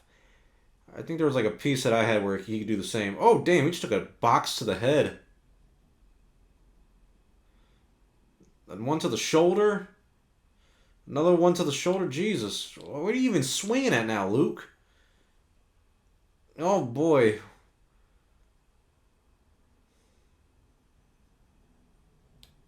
Now he goes flying. Tom Petty, Free Falling. RIP my boy, 2016. That was a shit year. No, he didn't die in 2016. That was like, what, 2018? Eh, who cares? He's dead. I remember the Family Guy part where Luke's hanging over the edge like this. He's like, I would give my left hand for this day to just end.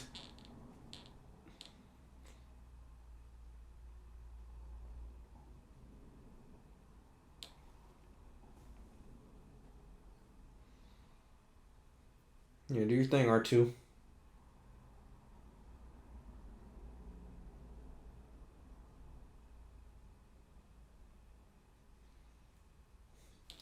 Evacuate the city! And R2 gets overridden. That sucks.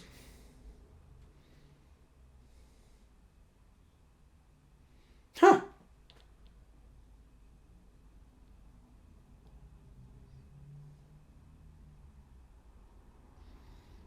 Oh, there's a guy running with the ice cream machine. That was in The Mandalorian. The client had that.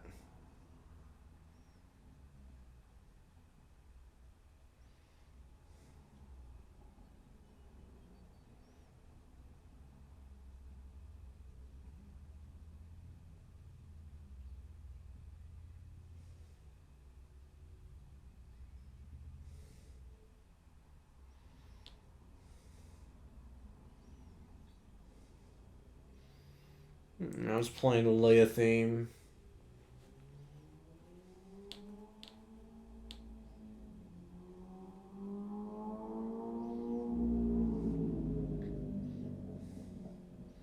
Smart thinking, R2. He still got his little thing hanging out? That's weird. It's awkward for everybody.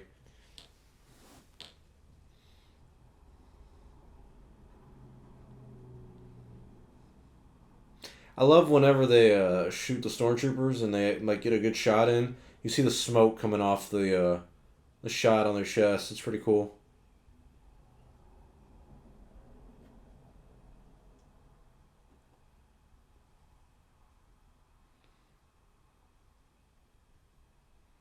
That's what she said.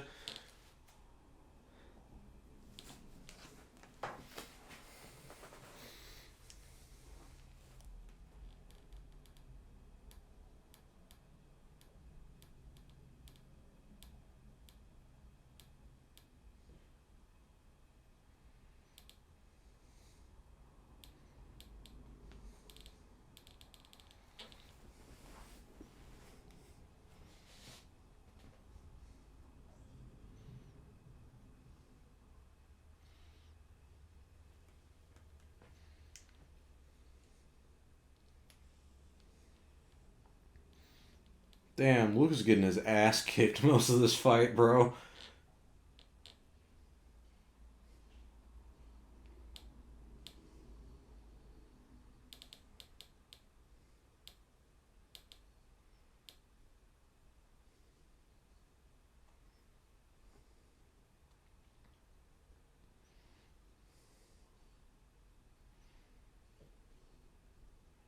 Ooh, gets a nice one on the shoulder. And loses a hand.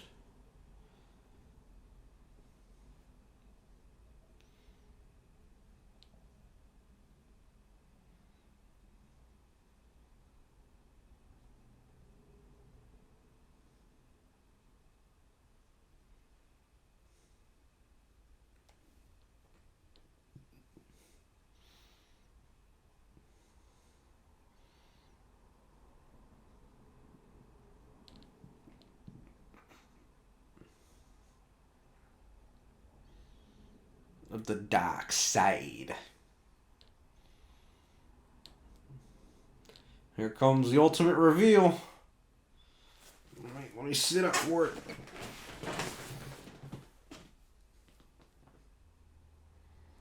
Oh, what a shocker.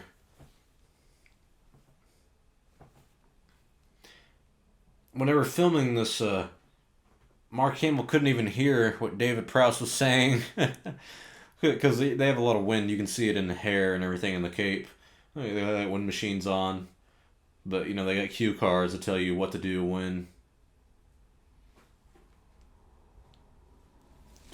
You know how awkward that'd be? No, I am your father. What? What was that? I already said you killed my father. No, I am your father. You're not my dad. Or Vader goes, what? You can't hear me either. See, Luke jumps right there. He would rather die than join the dark side. When they re-released this in 1997 for the special editions, when Luke falls, he goes, ah! It's the same scream the Emperor does in Return of the Jedi. Who the fuck knows why either? I mean, my God.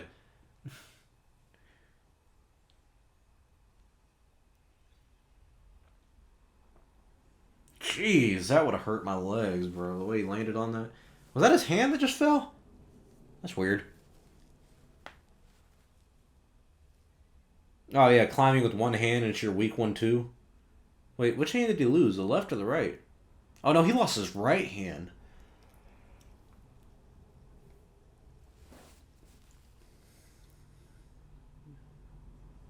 Oof, and it closes on you again. Tragic. Just tragic.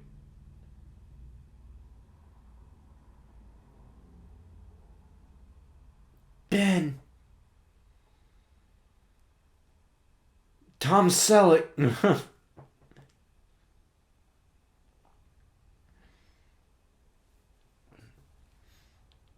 And he's back to where he started in the film, hanging upside down, praying for the best.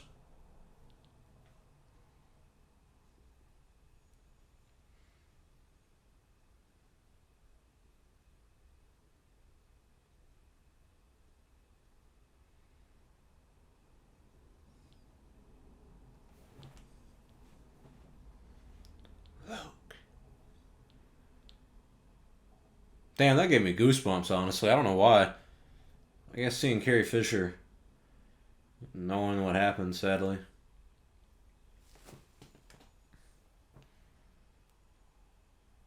Oh, and you see that little backflip it did with the cloud. What a beautiful shot.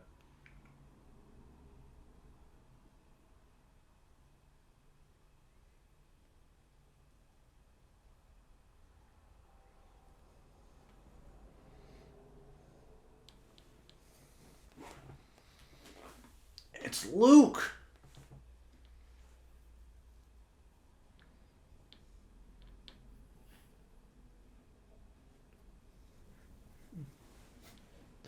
Y'all remember the Robot Chicken version of this where, like, Lando's about to go get Luke and Luke's like, Leia, I think I'm getting mugged. Oh, I love the Robot Chicken ones, man. They should do one for the sequels.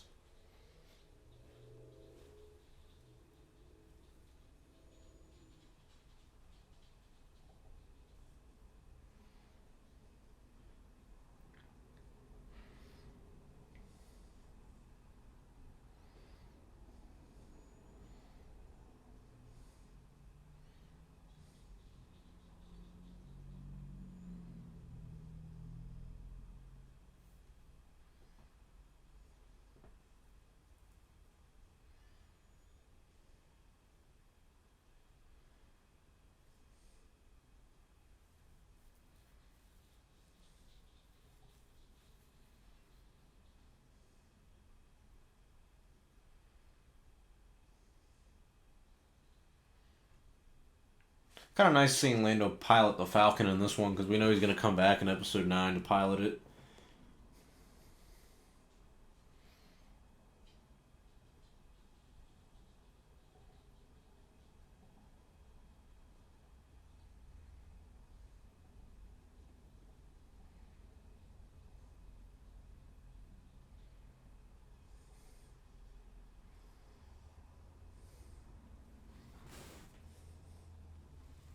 Did she just give him another kiss? Like on the chin?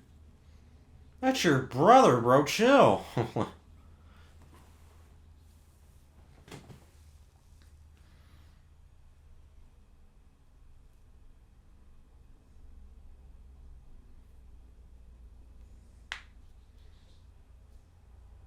Punch it, Chewie! And it didn't work. I like how they look at each other and then look at Lando. Like, what the hell, man? You said your people fixed it.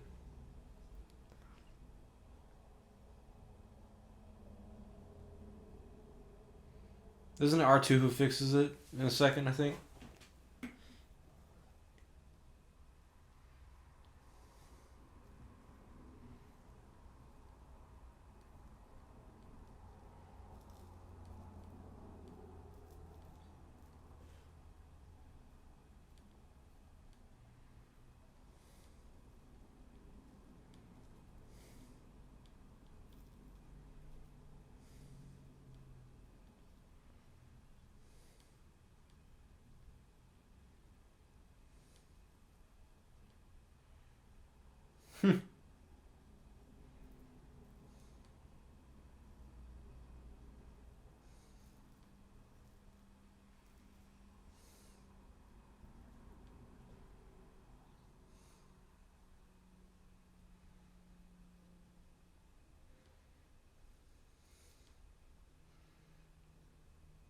It's kind of surprising, too, that Luke, like, instantly calls him father instead of Vader.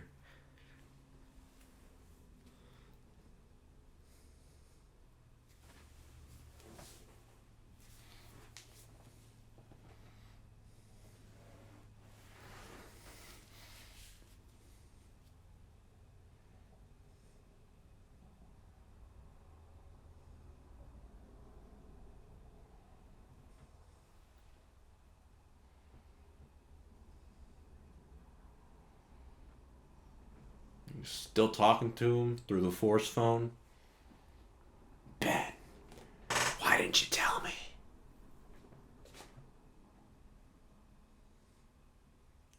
I think Ben wanted to as well. I think in episode 6, Yoda says something like, Obi-Wan would have told you years ago if I let him. R2, back to save the day.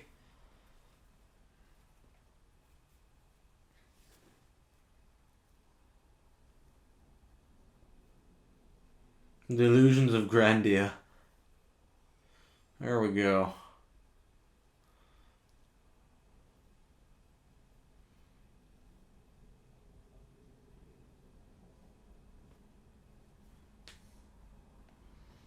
Imagine how much more pissed Vader would be if he found out that like R2 is the one who keeps saving everybody's skin in this kind of situation. Like they're like, "Sir, there's an astromech droid on the Falcon that saved him. Goes by the name of R2D2." And he just goes back to his little Annie PTSD memories. He's like, "Oh, that fucking thing's still around." Should have killed that droid when I had the chance.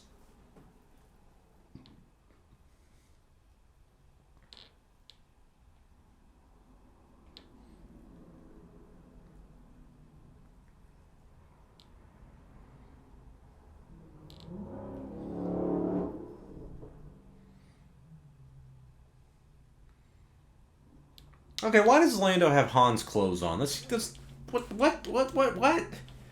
Why? Is it the only thing they had on the ship? That's the only logic I could think.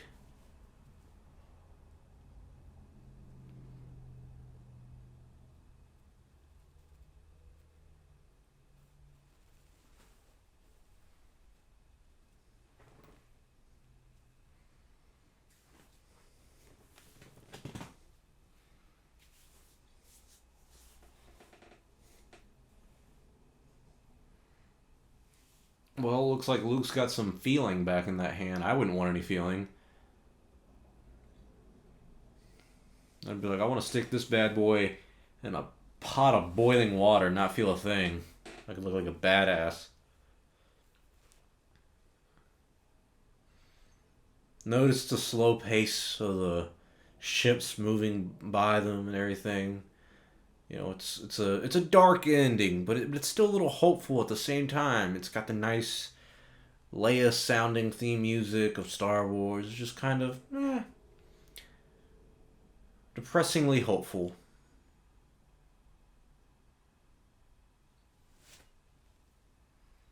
No words, just looking out at another galaxy.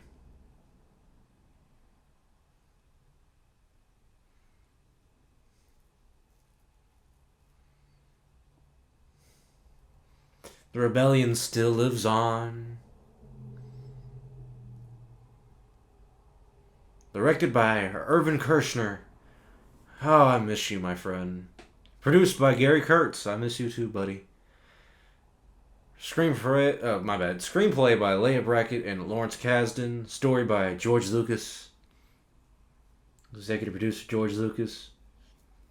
I want to get to the editing part. You guys know I like that.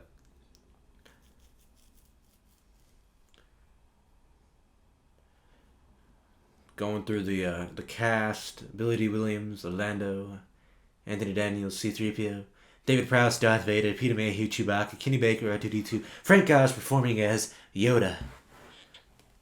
Production designer Norman Reynolds. You've been around for a hot minute.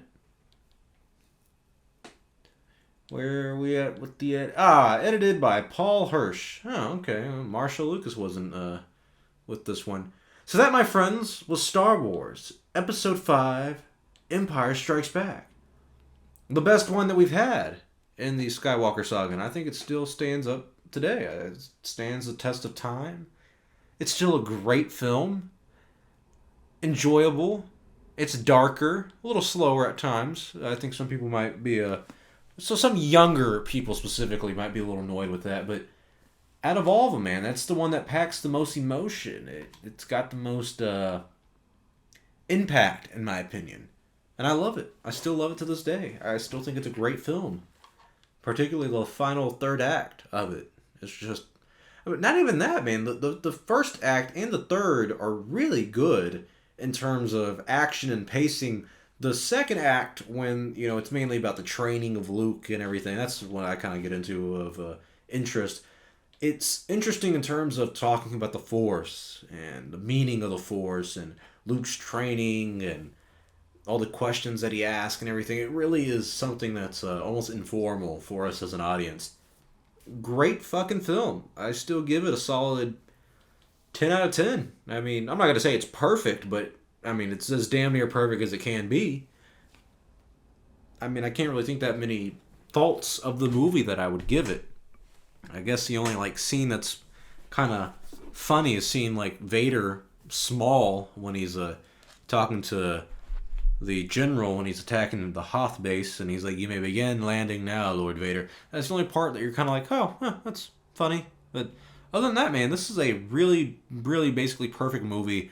Easily the greatest sequel of all time. There's not that many that can beat it, in my opinion. And just an absolutely outstanding film. So what do you guys think about Star Wars The Empire Strikes Back? Do you still like it to this day? Is it still the best Star Wars film that we've had. I know some people are probably going to say there might be, oh, this film's my favorite, this film's my favorite. I understand having a favorite, but in terms of film, there is a clearly best one, and I think that's this one. I think as a film, this stands above all the other Star Wars films. I absolutely love it. The next one on the list, though, is my personal favorite. Star Wars Return of the Jedi. God, I love the third act of that film. I cannot wait to get to that. So that's going to be the next film that we watch in my next film commentary. I hope you guys enjoyed the film commentary for this one. Star Wars Episode 5, Empire Strikes Back. I can't wait to see the next one. Can't wait to finish up the series and end it all with The Rise of Skywalker. I hope you guys enjoyed this video. Hope you guys enjoyed this film commentary. And I hope you guys enjoyed the movie. I'm Star Wars Only. And I'll see you all next time. And may the Force be with you always.